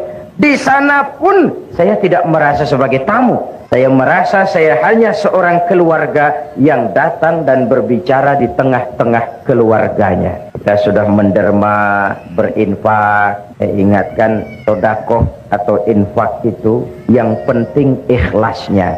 Soal besarnya itu nomor satu. Sedekah itu daripada kecil tidak ikhlas, lebih baik besar tapi ikhlas. Dan menderma bagi pembangunan madrasah, bagi pembangunan masjid, sama dengan menitip. Seolah-olah bapak ibu berkata, tuan pengurusi madrasah, saya titip 1.000 ringgit untuk kepentingan saya di alam barzah dan di akhirat nanti. Silahkan uangnya dibelikan bahan bangunan untuk membangun madrasah. Saya hanya sekadar titip. Itu yang akan jadi milik kita sebenarnya. Tidak akan hilang, nilainya berlipat ganda dan tidak boleh diakui orang lain. Yang kita belanjakan di jalan Allah. Dahulu orang berkata, buat apa cari uang banyak-banyak, kan tidak dibawa mati. Malam ini saya ingin berkata, kalau boleh carilah uang yang banyak dan bawa mati. Apa boleh uang dibawa mati? Why not? Uang yang kita belanjakan untuk madrasah, masjid, rumah sakit Islam, itu uang yang akan kita bawa mati. Ini kan semua, saya sedang berhadapan dengan calon-calon jenazah ini. It is true, my dear. Calon menteri belum tentu jadi menteri. Calon pejabat tinggi belum tentu jadi pejabat tinggi. Calon jenazah mati. Hidup ini hanya sekadar menunggu giliran. Wa tilkal ayyamu nudawiluha bainan nas. Hari itu kami putar di antara manusia. Sebab itu malam ini dalam rangka memperkuat usaha paspor Madrasah Al-Junaid, saya ingin menyampaikan sebuah hadis di mana Rasulullah sallallahu alaihi wasallam bersabda, arba'un min sa'adatil mar'i. Orang akan bahagia kalau dia mempunyai 4 perkara. Siapapun saja jikalau mempunyai 4 perkara ini, ia boleh mendapat bahagia. Pertama, orang bahagia itu darun wasi', punya rumah biar bagus asal besar. Rumah bagus besar, kereta cantik, uang banyak, tak payah. Badan sehat. Ya itu sih maunya tiap orang, tapi kemampuan toh tidak sama. Betul, bapak-bapak dan ibu-ibu, rumah kita sebenarnya adalah hati ini. Kalau luaslah hati, walaupun rumah kecil, besar rasanya. Kalau sempitlah hati, walaupun rumah besar, kecil jadinya. Hati itu rumah kita. My heart is my home. Agar hati menjadi luas, Allah memberikan tuntunan. Ala bizikrillahi tatmainnul qulub. Dengan banyak zikir kepada Allah, ingat dengannya, melaksanakan perintahnya, meninggalkan yang dilarangnya, hati tenang, jiwa lapang, batin tentram, dan itulah tangga utama untuk mencapai bahagia. Apalah artinya rumah bertingkat, uang banyak berlipat-lipat, istri pun tak kurang cantik memikat, kadang jumlah pun 4, tapi tiap hari kiamat. Tak ada ketenangan, tak ada ketentraman. Ala bizikrillahi tatmainnul qulub. Dengan banyak zikir kepada Allah, melaksanakan perintahnya, meninggalkan yang dilarangnya, ketenangan tercapai, kebahagiaan terwujud. Islam ini agama yang mengajarkan keseimbangan. Bekerjalah kamu sebagaimana harusnya kamu bekerja. Berusahalah kamu sebagaimana harusnya kamu berusaha. Tapi di sebalik itu jangan lupa minta tolong kepada Allah. Karena apa? Kau hanya wajib berusaha. Kau hanya wajib berikhtiar. Tapi tidak wajib untuk berhasil hasil hak Allah. Apakah Nabi Nuh tidak ingin Kanan putranya beriman? ingin sekali. Apakah Nabi Ibrahim tidak ingin orang tuanya yang bernama Azar beriman saja? Ingin sekali. Atau apakah Nabi Muhammad tidak ingin paman beliau Abu Jahal dan Abu Lahab beriman saja? Luar biasa inginnya. Kalau sejarah menjelaskan kemudian Kan'an putra Nabi Nuh kafir, Azar bapak Ibrahim adalah produsen berhala, dan Abu Jahal, Abu Lahab habis-habisan menentang Nabi, itu indikasi manusia wajib berusaha. Kepastian adalah hak Allah Subhanahu wa ta'ala. Islam bukan agama orang pemalas yang selesai sholat lalu berpangku tangan menunggu keajaiban, menghitung bintang di langit sambil mengumpulkan jikalau andai kata umpama misalnya. Tidak. Tapi Islam juga bukan agama orang sombong yang setelah berusaha lalu tidak memerlukan Allah. Islam mengajarkan keseimbangan. Semakin dekat kita dengan Allah, semakin tercapai ketenangan batin. Semakin terbentuk ketenangan batin, semakin mudah meraih bahagia. Satu. Yang kedua, orang bahagia itu kata Nabi, markabun syariah, punya kendaraan yang cepat. Kendaraan itu apa? Alat transportasi. Tujuannya apa? Memudahkan komunikasi. Maksudnya apa? Orang bahagia itu pergaulannya luas, tidak picik seperti katak di bawah tempurung. Masyarakat muslim, masyarakat yang satu. Kemarin kita Muharram memperingati hijrah. Unzur kaifa akhar rasulu bainal muhajirin wal ansar. Orang Mekah yang pindah ke Madinah disebut muhajirin. Orang Madinah yang menyambut orang Mekah dinamakan Ansor. Bagaimana sikap orang Madinah menyambut kedatangan orang Mekah? Apa dengan bertolak pinggang membusungkan dada? Hei, orang Mekah, kamu di sini pendatang ya? Tidak. Membaur, melebur menjadi ummatan wahidah yang diikat dengan tali-tali akidah. Hidup jadi nikmat karena banyak orang di sekitar kita.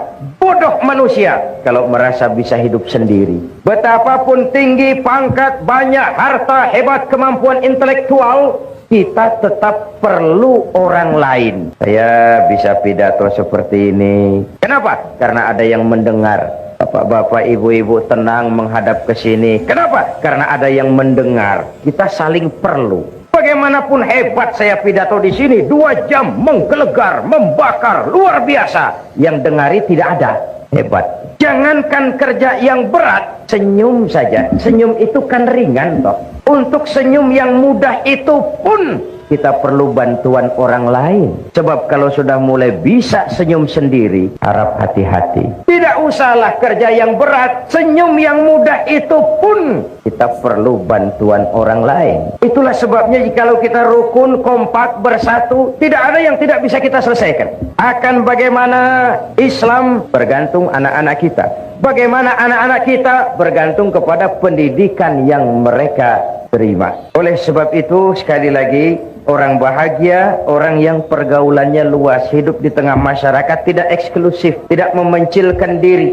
Sehingga Nabi memberikan peringatan keras, isnani la yanzurullahu ilaihi ma yaumal qiyamah qati'ur rahim wa jarsu. 2 golongan manusia di akhirat nanti tidak akan dipandang oleh Allah, didiamkan saja. Pertama, qati'ur rahim, orang yang suka memutuskan silaturahmi. Dan yang kedua, jarusui, tetangga yang jahat dengan tetangganya. Tidak akan ada kemenangan tanpa kekuatan, tidak akan ada kekuatan tanpa persatuan, dan tidak mungkin terbentuk persatuan tanpa silaturahmi. 2. Yang ketiga, orang bahagia itu menurut Nabi misbahun mudhi, punya lampu yang terang. Lampu yang terang itu merkuri ini?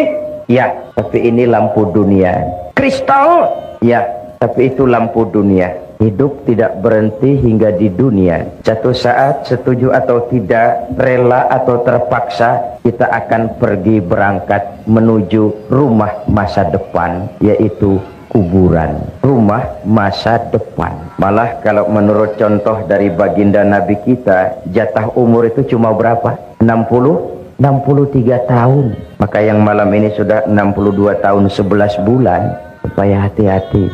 1 bulan lagi kontrak selesai. Walaupun ajal itu a mysterious problem ya. Kalau datang saatnya berpisah kita dengan semua yang kita cintai, sehingga Nabi dipesan oleh malaikat Jibril, ya Muhammad, ish ma syi'ta fa innaka mayyitun, wa'mal ma syi'ta fa innaka majziyun bih, wa ahbib ma syi'ta fa innaka mufariquh. Muhammad, hiduplah seenakmu, hiduplah semaumu. Kalau dilarang tidak terlarang, dicegah tidak tercegah, mau juga kau memperturutkan hawa nafsumu, silahkan. Mau ke barat, ke baratlah. Mau ke timurlah. Mau menegakkan yang ma'ruf, oke. Mau membina yang munkar, silahkan. Mau jadi orang baik-baik, boleh. Mau jadi tidak baik, silahkan. Hiduplah semaumu. Fa innaka mayyitun, jangan lupa kamu akan mati. Terus mafhum mukhalafahnya, kalau kamu tahu kamu akan mati, jangan hidup seenaknya. Maaf, ibu-ibu ini akan mati apa tidak? Mati. Mati. Bapak-bapak, saudara-saudara, saya belakangan sedikit. Kalau saya terserah sih, saya sih mudah saja. Saudara-saudara dulu, saya belakang boleh. Atau saya belakang, saudara dulu juga, silahkan. Hiduplah seenakmu. Tapi jangan lupa kamu akan mati. Kalau mati, dibawa ke kubur. Yang mengantar cuma 3. Ahluhu wa maluhu wa amaluhu. Keluarga, harta, amal ikut mengantar.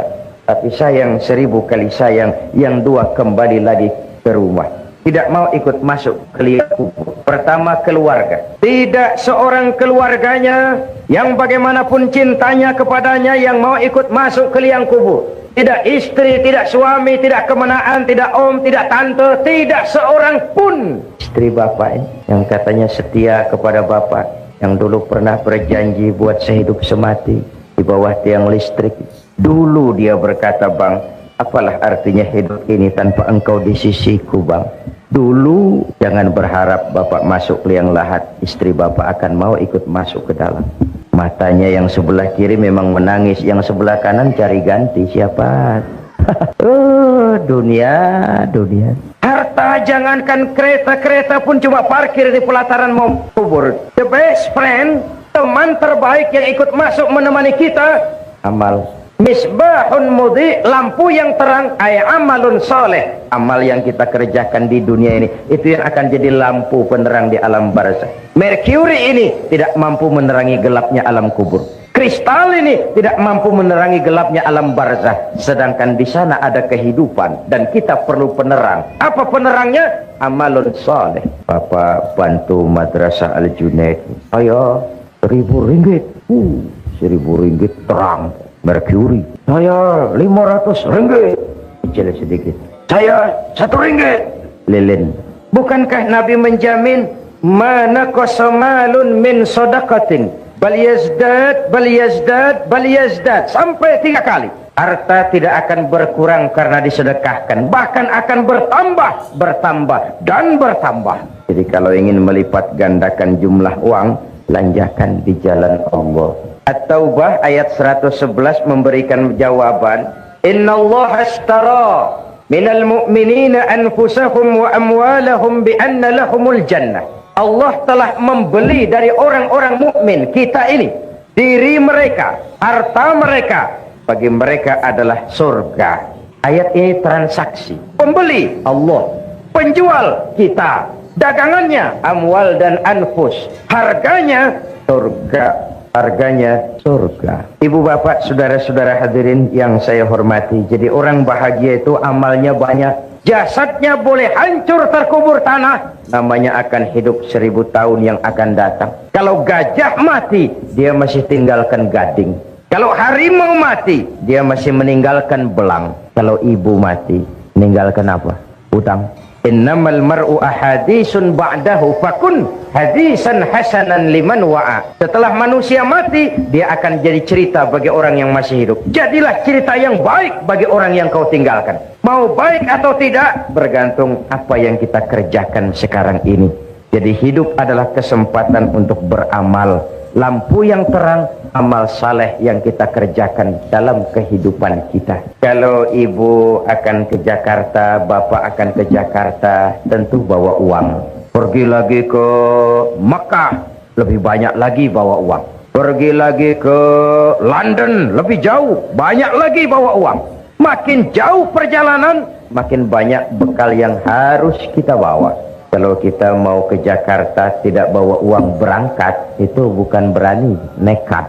Sampai ke Jakarta belum tentu, sengsara di jalan sudah pasti. Kenapa? Tidak ada bekal berani berangkat. Begitulah orang Islam. Belum sempat sholat, mati, nekat. Kok berani mati, belum sempat sholat. Belum beramal banyak, sudah datang ajal. Kasihan. Perjalanan demikian jauh, bekal tidak ada. Na'udzubillah, summa na'udzubillah. Jadi yang ketiga orang bahagia itu amalun saleh, punya lampu yang terang, punya amal yang banyak. Yang keempat, kata Nabi, orang bahagia itu zaujatun salihah, punya istri biar cantik, asal taat, tidak apa-apa. Istri itu Pak sudah cantik, taat. Istri seperti itu kalau belum mati jangan dikubur. Sudah cantik, taat. Apa artinya? Rumah tangga sakinah. Tidak ada sukses yang tidak berangkat dari rumah tangga. Career, profesi, tidak ada keberhasilan yang tidak ditunjang dari kehidupan berumah tangga. Demikian pentingnya sehingga Al-Quran dengan bahasa yang indah menyatakan, hunna libasul lakum wa antum libasul lahunna. Baiklah ya, saya kembali kepada soal kita tadi. Misi Islam membebaskan manusia dari kebodohan. Mari kita lihat. Sebenarnya pada saat Quran berkata, tutuplah auratmu, sebenarnya Quran ingin berkata, hai umat Islam, kau harus punya pabrik tekstil. Kalau Islam mengajarkan kebersihan adalah bagian daripada iman, sebenarnya Islam ingin berkata, hai umat Islam, kuasai teknologi canggih, temukan mesin pembersih, dirikan pabrik deterjen. Selama ini konsep agama belum menimbulkan bias budaya. Sebagaimana ibadah pun kita sering terjebak kepada rutinitas.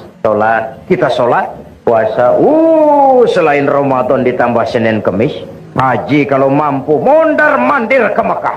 Tapi sejauh mana asar pengaruhnya dalam membentuk kepribadian, kita tidak pernah mengadakan penilaian. Jangan heran kalau ada orang sholatnya rajin, maksiatnya tekun. Ini di Jakarta. Yang seperti ini di Jakarta, di sini insya Allah sama. Puasanya rajin, Ramadan puasa, Senin Kamis puasa, tapi kepedulian sosial, kepekaan sosial tidak tumbuh walaupun dia sudah merasakan bagaimana tidak enaknya lapar dan haus. Kepada yatim kejamnya luar biasa. Haji mondar-mandir ke Mekah, tapi wawasannya tetap picik seperti katak di bawah tempurung. Kita bukan tidak bisa syahadat, kalau syahadat lancar, tahlil mantap, la ilaha illallah, la ilaha illallah, la ilaha illallah. Tapi just decoration only. Kalimat itu sering kering, tanpa ruh, tanpa jiwa, tanpa semangat. Padahal di situ ikrar monoloyalitas, bukan sekadar ucapan formal pada saat orang masuk Islam. Ikrar, asyhadu an la ilaha illallah, saya bersaksi tidak ada Tuhan selain Allah.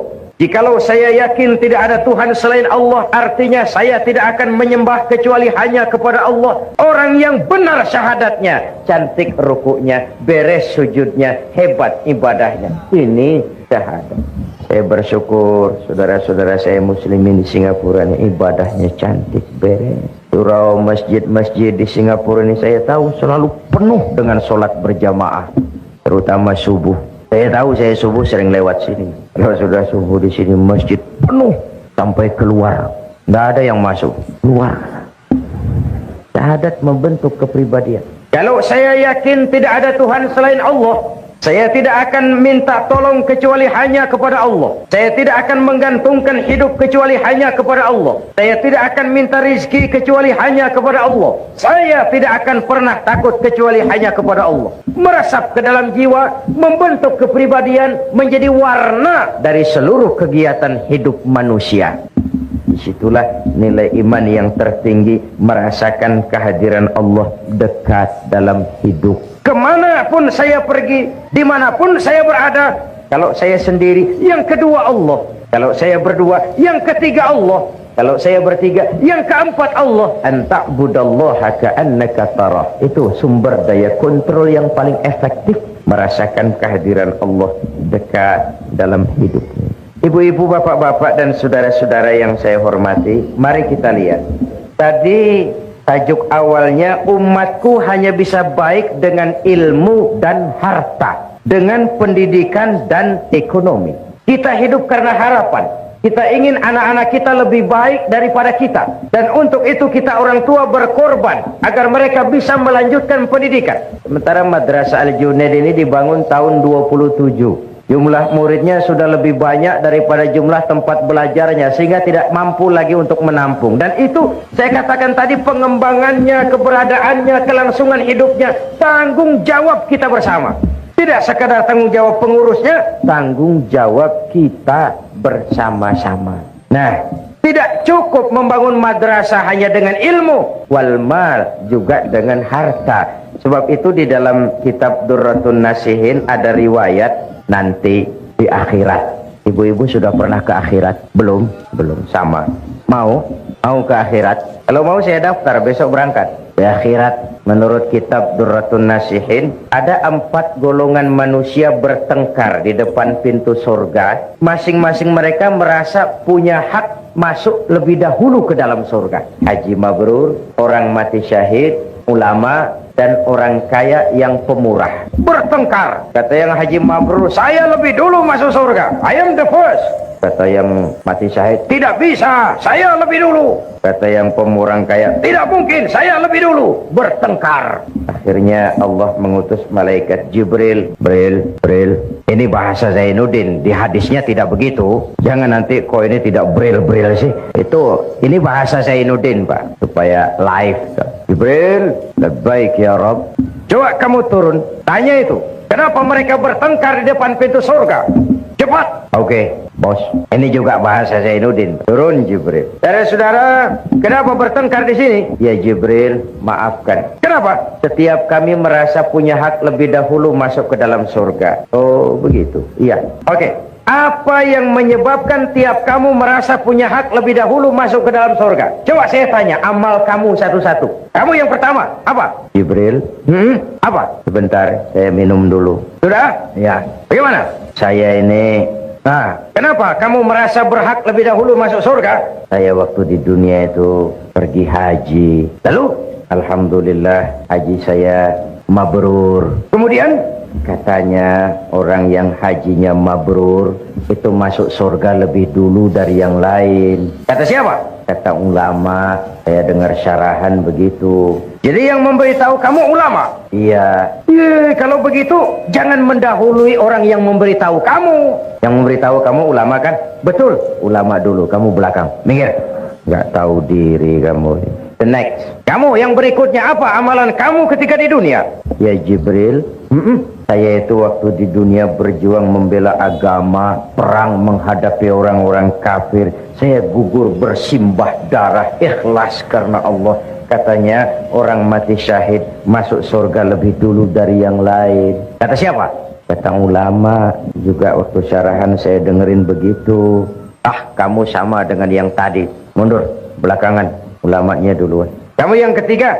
Jibril, saya waktu di dunia diberikan amanah berupa harta. Lalu harta itu saya belanjakan di jalan Allah. Katanya orang kaya pemurah masuk surga lebih dulu dari yang lain. Kata siapa? Kata ulama. Kalau begitu sumbernya jelas.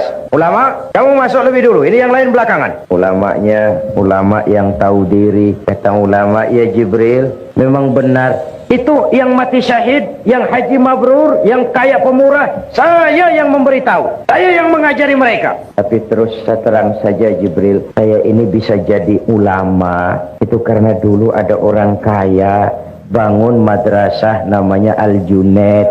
Saya belajar di situ sampai saya jadi ulama. Itu karena orang kaya bangun madrasah. Kalau tidak, sulit saya jadi ulama. Jadi bagaimana? Biarlah orang kaya pemurah masuk surga lebih dulu. Saya ikut menyusul. Asbabun nuzulnya karena dia saya jadi begini. Malu kalau saya harus masuk surga lebih dulu dari orang kaya pemurah tadi.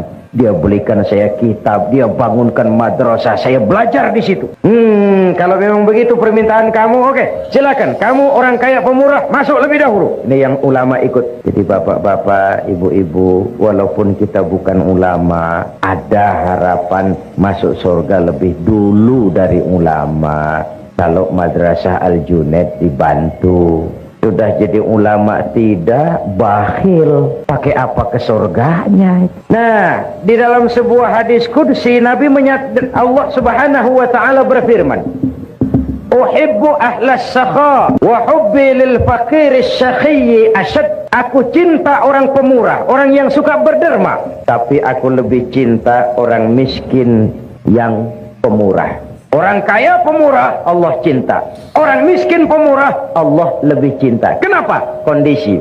Orang kaya sodako 1.000 ringgit. Orang miskin sodako 1.000 ringgit. Sama 1.000 ringgitnya, tapi pahalanya lebih besar yang miskin itu. Sebab apa? Buat si miskin 1.000 ringgit dia harus peras keringat, banting tulang. Pergi pagi, pulang petang cari nafkah. Dia berani seperti beraninya yang kaya itu tadi. Nah, sehingga pada waktu Nabi Sulaiman jihad, beliau mengadakan mobilisasi dana. Sebaca malam ini mengedarkan derma. Yang memberikan sumbangan derma tidak hanya manusia, jin, binatang ikut memberikan sumbangan. Menyumbang semua. Mula-mula datang gajah. Gajah nyumbang kerbau. Datang kerbau, kerbau menyumbang kambing. Datang kambing, kambing menyumbang ayam. Datang ayam, ayam menyumbang burung. Datang burung, burung menyumbang belalang. Terakhir datang belalang, nyumbang semut. Semut yang kecil. Gajah yang menyumbang kerbau, melihat belalang nyumbang semut, senyum sinis. Hei belalang, semut terlalu kecil. Untuk apa Sulaiman kau berikan semut? Lihat aku nyumbang kerbau, kata gajah. Nabi Sulaiman senyum lalu beliau bersabda, Al-hadiyatu biqadril muhdi. Pemberian itu sesuai dengan kemampuan yang memberi. Kalau kamu gajah menyumbang kerbau, pantas kamu besar, sumbangannya besar. Kalau kamu belalang menyumbang semut, wajar kamu kecil, sumbangannya kecil. Jadi kau jah, walaupun nyumbang kerbau jangan sombong jah. Kamu besar, sumbangannya besar. Yang aneh itu ada gajah nyumbang semut. Orangnya kaya, keretanya banyak, uangnya banyak. Datang panitia pembangunan Madrasah Al-Junaid. Ringgit gajah nyumbang kerbau. Saya percaya malam ini di sini banyak gajah-gajah ini, Pak. Mudah-mudahan Al-Junaid dapat kerbau. Ibu bapak saudara-saudara hadirin yang saya hormati. Jadi hanya dengan semangat ilmu maka nilai amal itu bisa kita harapkan. Kata orang, dengan ilmu hidup jadi mudah, dengan seni hidup jadi indah, dengan agama hidup jadi terarah. Dengan ilmu hidup jadi mudah. Bapak-bapak yang duduk di sebelah sana tentu tidak jelas melihat ke sini, bisa melihat ke layar. Kemudahan ini karena ilmu. Dahulu kalau ada syarahan ya paling 2-3 ribu orang yang dengar. Sekarang dengan audio visual bisa ratusan ribu bahkan jutaan manusia mendengar pengajian, mengikuti syarahan. Dahulu tahun 50-an orang pergi haji itu 6 bulan, zaman unta. Sekarang 1 minggu pun bisa kalau haji yang pas bandrol itu, pas-pasan. Bahkan menurut pabrik Boeing tahun 2030 dari sini ke Jeddah itu sudah bisa ditempuh dalam 1 jam 35 menit. Hingga untuk umroh bisa 1 hari pulang pergi. Kenapa? Kemudahan itu karena ilmu. Manusia tidak punya sayap, tapi dengan ilmunya dia bisa terbang lebih tinggi dari burung. Manusia tidak bernapas dengan insang seperti ikan, tapi dengan ilmunya dia bisa menyelam lebih dalam daripada ikan. Kemudahan-kemudahan ini muncul karena kemajuan ilmu. Nah, bidang yang dikelola oleh Al-Junaid adalah mewariskan ilmu-ilmu agama kepada anak-anak kita. Yang kita semua tahu, agama itu bukan sekedar pelengkap tapi pedoman di dalam kehidupan kita semua. Dengan ilmu hidup jadi mudah, dengan seni hidup jadi indah. Dengan seni hidup jadi indah. Saya di Indonesia belakangan ini sedang menggalakkan pagelaran nada dan dakwah untuk mengantisipasi kecenderungan remaja kepada musik. Jadi dakwah syarahan ini bergandeng dengan musik yang bernafaskan agama, kadang-kadang dengan soneta grupnya Roma Irama, kadang-kadang dengan Bimbo, kadang-kadang dengan Nasyidah Ria Semarang. Ibu-ibu, bapak-bapak, saudara-saudara hadirin yang saya hormati, memang dia alatul malahi, tapi kalau tidak membuat orang jadi lalai, menimbulkan semangat, itu juga merupakan bagian dari innallaha jamilun yuhibbul jamal. Allah itu indah dan menyukai keindahan. Allah itu indah dan menyukai keindahan. Seni bukan untuk seni, tapi seni untuk menunjang keimanan kita kepada Allah Subhanahu wa ta'ala. Seorang seniman yang mempunyai rasa keimanan, kalau dia berdiri di tepi pantai, dia berkata, alangkah indahnya lautan, luas terhampar biru membentang, sementara ombak menghempas diri ke tepian pantai. Kalau laut saja begini hebat, apalagi yang pencipta laut. Allahu Akbar.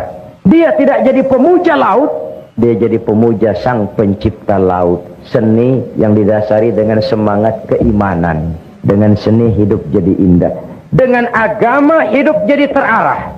Tanpa agama, ilmu dan seni sering bikin malapetaka bagi manusia. Tanpa agama, ilmu dan seni bisa membawa kesengsaraan kepada manusia. Nah, untuk itu sekali lagi, Madrasah Al-Junaid ini adalah milik kita bersama, tanggung jawab kita bersama. Umatku hanya bisa jadi baik dengan ilmu dan harta. Kalau ilmu konteks kaitannya adalah keimanan, maka harta adalah kebersamaan. Yang saya katakan tadi, ringan harus sama kita jinjing, berat harus sama kita pikul. Kalau kita mau rukun, kompak, bersatu, tidak ada yang tidak bisa kita kerjakan. Tapi kalau berpecah belah, apa yang bisa kita lakukan? Alaika bil jamaah, fa innama ya'kulu dhi'bu minal ghanamil qasiyah. Hendaklah kamu selalu berjamaah, rukun, kompak, dan bersatu. Sebab serigala hanya akan memakan kambing-kambing yang berpisah dari rombongannya. Serigala hanya akan memakan kambing-kambing yang berpisah dari rombongannya. Carilah dunia, carilah uang, carilah kedudukan, tapi jangan tujuan. Itu sekadar alat untuk menunjang ibadah kita kepada Allah Subhanahu wa ta'ala. Ibu-ibu, bapak-bapak, saudara-saudara, belum lama ketika saya di Jawa Timur mengadakan tabligh akbar bersama misi kesenian Islam Xinjiang dari Cina, ke tempat saya menginap datang seorang tamu istimewa, Mr. Spalding, konsuler dari kedutaan Amerika di Jakarta. Dia tanya saya, bagaimana pendapat Pak Zainuddin tentang sikap Amerika terhadap Islam dan bagaimana pengalaman Bapak berdakwah di Amerika. Saya katakan, begini Om Spalding, Amerika selama ini melihat Islam bukan dari konsepnya, tapi dari tingkah laku orang-orangnya yang kebetulan tidak sesuai dengan ajaran Islam. Kalau Tuhan mau jujur, Tuhan lihat Islam dari konsepnya, Tuhan tidak akan punya kesan bahwa Islam is teroris, Islam is ekstremis. Tidak. Dia tanya, kenapa kerukunan antar umat beragama di Indonesia terjalin dengan baik? Ya, karena kami umat Islam mayoritas. Tuhan boleh lihat dimanapun saja di dunia ini, kalau umat Islam mayoritas, orang luar bisa hidup dengan tenang, aman, damai, dilindungi undang-undang dan tidak pernah diganggu. Kesan mereka selama ini, we are extremists, we are terrorists. Nah, kita umat Islam punya kewajiban moral karena kita adalah iklan daripada agama kita sendiri. Kita tidak perlu Islam baru, kita hanya perlu cara baru mengemas Islam. Kita hanya perlu cara baru memahami Islam, bukan Islam yang baru, tapi cara mengemas Islam. Itu yang kita perlukan. Ibu-ibu, bapak-bapak, saudara-saudara hadirin yang saya hormati, itulah sebabnya Nabi mengajarkan basyiru wala tunaffiru, yassiru wala tu'assiru. Gembirakan orang, jangan ditakut-takuti. Mudahkan persoalan orang, jangan dibikin sulit. Ini prinsip dakwah yang beliau kerjakan. Dakwah menyentuh, bukan menyinggung. Dakwah mengajak, bukan mengejek. Dakwah dengan argumen, bukan dengan sentimen. Dakwah itu zaklik, tidak personlik. Tujuannya mengajak dan bukan mengejek. Oleh sebab itu, maka Yang kedua yang menjadi tuntutan jikalau kita bicara harta adalah kebersamaan. Kebersamaan dalam arti kekompakan, kesatuan, persatuan, dan kerukunan. Kalau ringan sama kita jinjing, berat sama kita pikul, selesai. Pesantren-pesantren besar yang ada di Indonesia, mulai dari Jawa Timur, Tebuireng, Tambak Beras, Lirboyo di Kediri, terus Gontor di Ponorogo, Assalam di Solo, Al-Ibris di Rembang, Al-Munawir di Yogyakarta, sampai pesantren-pesantren di Jawa Barat. Itu tidak muncul besar sekaligus hanya dengan simsalabim abracadabra, tapi dimulai step by step, sedikit demi sedikit, karena need, satu keperluan, hajat umat, dan itu merupakan tanggung jawab kita bersama. Ibu-ibu dan bapak-bapak, saudara-saudara hadirin yang saya hormati, kita masih ingat tentu tentang, ya, kalau kemarin Barcelona, kita ingat Spanyol, Olimpiade. Kalau ingat Spanyol, kita ingat sebuah nostalgia. Apa yang dikatakan Nabi, la yabqa minal Islam illa ismun, wala minal Quran illa rasmun. Spanyol lah tempatnya. Satu contoh kejadian. Orang Spanyol, Islam tinggal kisah masa lalu, the last day of the world. Mereka kalau cerita kepada anak-anaknya, nah di sini dulu ada agama namanya Islam. Bila tuh mak, dulu. Banyak orang Islam kalau sholat, hari Jumat sholat. Kapan itu mak? Dulu. Islam cuma cerita masa lalu. Nah, kita punya tanggung jawab moral. Bukan saja menjaga Islam ini, tapi mewariskannya kepada anak-anak kita.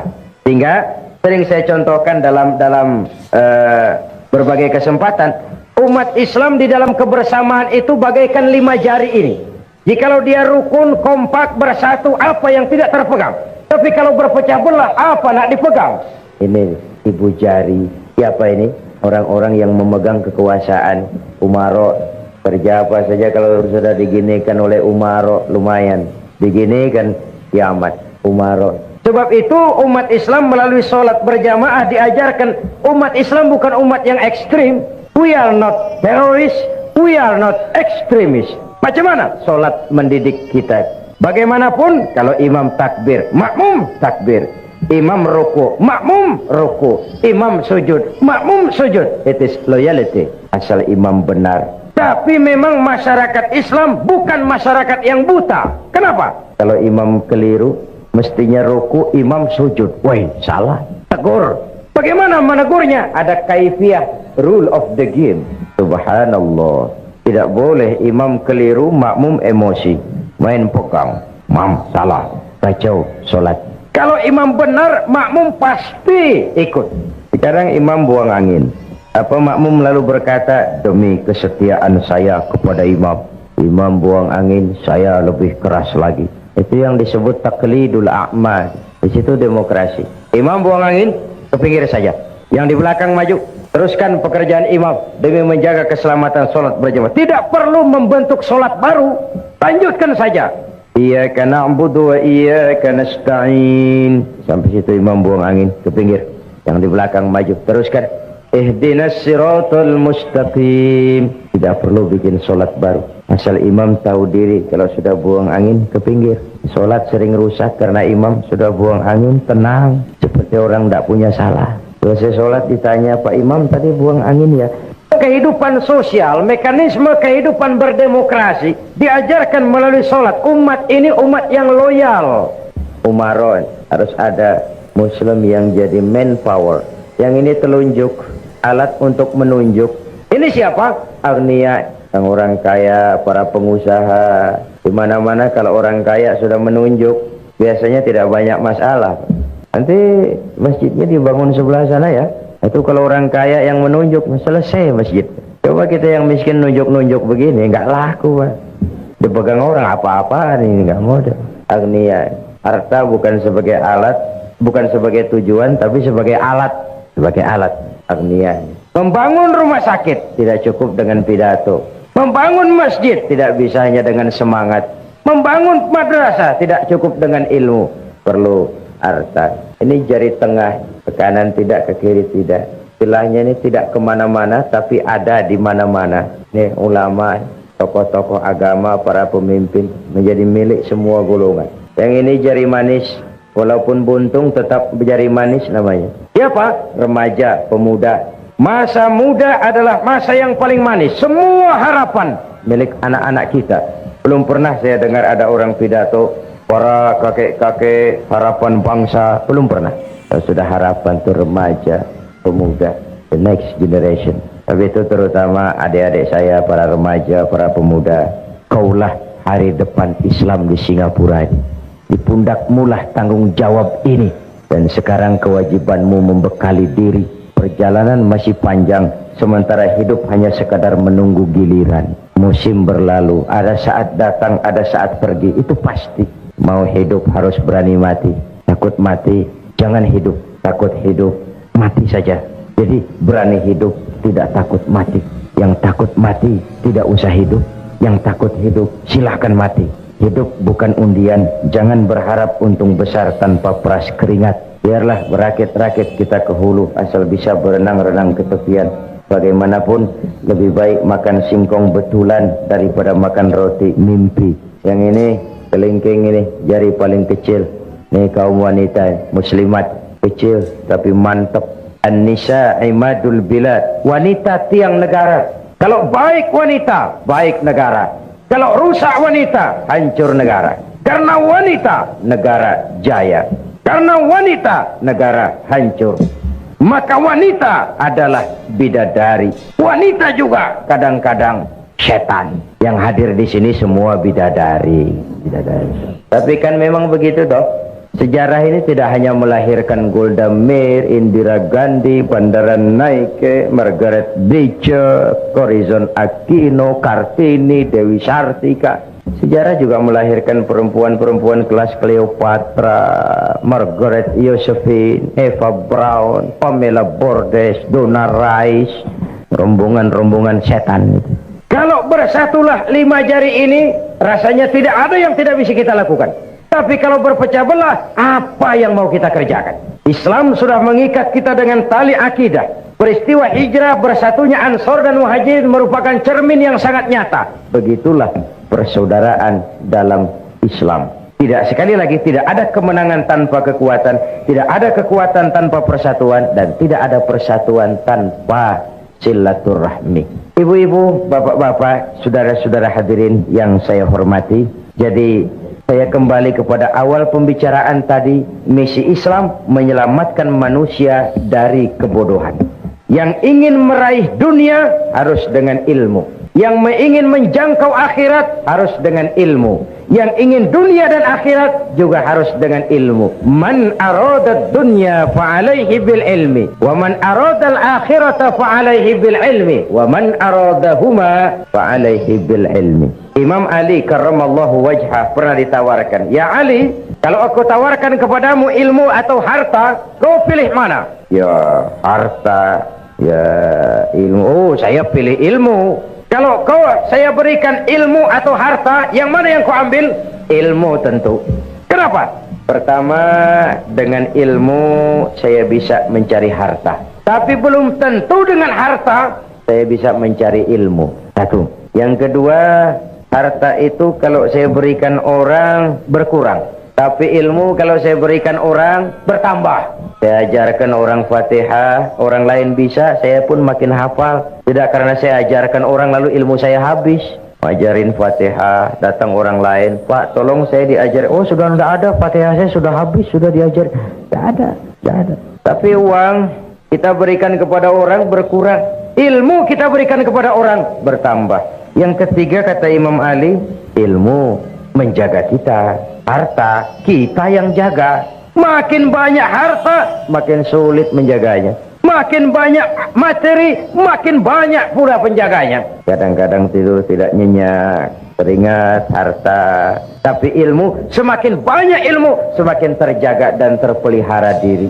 Sebab itu diingatkan oleh Nabi, inna akhsyaran nasi yaumal qiyamah la rajulun amkanahu Allahu li talabil ilmi falam yatlubhu. Orang yang paling menderita, orang yang paling rugi di akhirat nanti, Orang yang oleh Allah diberikan kesempatan menuntut ilmu, tapi tidak digunakan kesempatan itu dengan sebaik-baiknya. Tidak ada yang bisa kita kerjakan tanpa ilmu. Bahkan kata Imam Ibn Ruslan, beramal pun tanpa dasar ilmu. Wa kullu man bighairi ilmin ya'malu a'maluhu mardudatun la tuqbalu. Beramal tidak dengan dasar ilmu, ditolak amalnya. Walaupun niat baik, tanpa ilmu bisa kacau. Contoh, dahulu di kampung saya ada 3 orang bodoh sholat di surau. Suraunya sudah tua, atasnya pagar, banyak tikus. 1 jadi imam, 2 jadi makmum. Waktu tahiyat, at-tahiyat, baru sampai tikus jatuh tepat di depan imam, besar. Imam lantaran terkejut mau at-tahiyatul, tikus jatuh, rusak sholatnya. Temannya yang di belakang maksudnya baik, mau menegur, baik maksudnya. Cuma karena tidak ada ilmu, tidak mengerti bagaimana menegurnya. Lain pegang, yang sholat tak boleh bercakap loh. Sudah 2 yang batal. Yang 1 mestinya selamat, malah berkata, untung saya diam saja katanya. Akhirnya jadi ngobrol semua.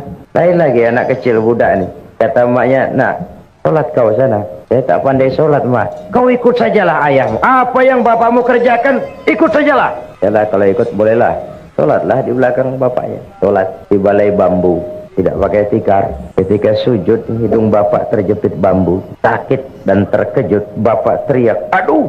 Anak di belakang ingat pesan maknya, oh ikuti saja bapakmu. Anak malah pakai irama pula, aduh. Sudah pun anak mengadu, bapaknya menoleh ke belakang.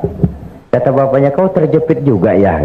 Aduh, bercakap lagi, ngobrol lagi. Ini contoh ringan saja betapa beramal tidak dengan dasar ilmu. Walaupun niatnya baik, hasilnya jadi tidak baik. Umat Islam hanya akan berjaya, bisa berjaya dengan kekuatan ilmu dan kekuatan ekonomi. Dari sini kita berangkat untuk mengejar ketinggalan-ketinggalan kita. Dasar semangat landasannya tidak lain adalah iman dan ukhuwah, keyakinan dan kebersamaan. Karena iman kita hidup, untuk iman kita berjuang, dalam iman kita ingin kembali menghadap Allah. Membina madrasah Al-Junaid, membantu madrasah, bernama buat madrasah, kalau bukan iman yang jadi tuntutan, sulit, berat. Sebagaimana hijrah Nabi dan sahabat ke Mekah, apa nak dicari? Menempuh gurun pasir yang gersang dan tandus, meninggalkan kampung halaman tempat di mana mereka dilahirkan dan dibesarkan. Harta yang dibawa sekadar yang mungkin dibawa. Seluruh keluarga yang berbeda akidah terpaksa to say goodbye my dear. 450 kilo Mekah Madinah. Kalau siang panasnya membakar kulit, kalau malam dinginnya menusuk ke tulang sumsum. Apa yang mereka cari? Jawabannya sama dengan kalau saya berkata, Bapak Ibu malam ini datang ke sini. Apa yang dicari? Cuma sekedar ingin melihat makhluk bernama Zainuddin? Tidak, iman. Karena iman, Nabi dan sahabat meninggalkan kampung halaman. Karena iman, mereka tinggalkan harta benda. Karena iman, mereka pisah dengan semua keluarga. Kalau iman sudah bicara, yang jauh terasa dekat, yang lemah jadi kuat, yang takut jadi berani. Kalau iman sudah bicara, sengatan terik matahari laksana sinar bulan purnama. Kalau iman sudah bicara, penjara bisa lebih indah dari istana. Bahkan tali gantungan laksana lambaian tangan bidadari. Itu yang dirasakan Abdul Qadir Audah. Itu yang dirasakan Hasan Al-Banna. Itu yang dirasakan Sayyid Qutb pada saat naik tiang gantungan. Karena iman, tiang gantungan laksana lambaian tangan bidadari. Karena iman kita hidup, untuk iman kita berjuang. Dalam iman kita ingin kembali menghadap Allah. Benteng pertahanan iman termasuk madrasah Al-Junaid, yang buat kita menjaganya dan mewariskannya kepada anak-anak kita. Maka mantapkanlah keimanan dan pupuklah terus semangat kebersamaan. Ibu-ibu dan bapak-bapak, saya ini tadi dari airport langsung ke KBRI, terus langsung ke sini. Jadi memang belum rehat, masih cukup melelahkan, sedangkan acara sampai Senin malam insya Allah. Karena itu, ini sajalah dahulu jumpa kita malam ini. Insya Allah di lain kesempatan kita jumpa lagi. Pepatah mengatakan, wa qad yurja li jarhi sayfi bur'un wala bur'u lima jaruhal lisan. Kalau pedang lukai tubuh, masihkan ada harapan sembuh. Kalau lidah lukai hati, kemana obat hendak dicari. Untuk itu saya mohon maaf yang sebesar-besarnya. Semoga yang kita infakkan diterima Allah sebagai jariah, dan para pengurus Madrasah Al-Junaid dimudahkan segala usahanya sehingga rencana membangun Madrasah Al-Junaid ini dapat menjadi kenyataan dalam waktu yang tidak lama. Terima kasih, mohon maaf. Usikum wa nafsi bitaqwallah. Wassalamualaikum warahmatullahi wabarakatuh. Mari kita berdoa, semoga semua kita yang hadir di sini dikuatkan iman dan Islam, dikokohkan kesatuan dan persatuan, dimudahkan usaha dan dimurahkan rezeki untuk menunjang jalan ibadah kepada Allah. Ala hadhihi niyyah wa kulli niyyatin salihah wa ila hadratin nabi. Al-Fatihah. Bismillahirrahmanirrahim. Siratal ladzina an'amta 'alaihim. Bismillahirrahmanirrahim. Alhamdulillahi rabbil alamin. Allahumma salli wa sallim ala sayyidina Muhammad wa ala alihi wa sahbihi ajma'in. Ya Latif ya Khabir, ya Sami'u ya Basir, ya man la yahtaju ila al-bayan wa tafsir, ya man bil ijabati jadir, innaka ala kulli shay'in qadir. Hajatuna ilayka kathir wa anta alimun biha wa basir. ألطف بنا فيما جرت به المقادير ودبرنا بأحسن تدبير ودبرنا بأحسن تدبير ودبرنا بأحسن تدبير بكل خير وعافية يا أرحم الراحمين. اللهم احفظنا فإنك خير الحافظين، وانصرنا فإنك خير الناصرين، وارزقنا فإنك أنت الغني المغني الفتاح الرزاق. اللهم سهل أمورنا وتمم تقصيرنا برحمتك يا أرحم الراحمين. اللهم أصلح من في صلاحه صلاح المسلمين، اللهم أهلك من في هلاكه صلاح المسلمين. اللهم اغفر لنا ولوالدينا وارحمهما كما ربيانا صغارا. ربنا آتنا في الدنيا حسنة وفي الآخرة حسنة وقنا عذاب النار. صلى الله على سيدنا محمد وعلى آله وصحبه أجمعين. سبحان ربك رب العزة عما يصفون، سلام على المرسلين، والحمد لله رب العالمين. الفاتحة. يا أرحم الراحمين ارحمنا، يا أرحم الراحمين ارحمنا، يا أرحم الراحمين ارحمنا. دعواهم بها اللهم وتحيتهم فيها سلام. آخر دعواهم أن الحمد لله رب العالمين. تقبل الله منكم. السلام عليكم ورحمة الله.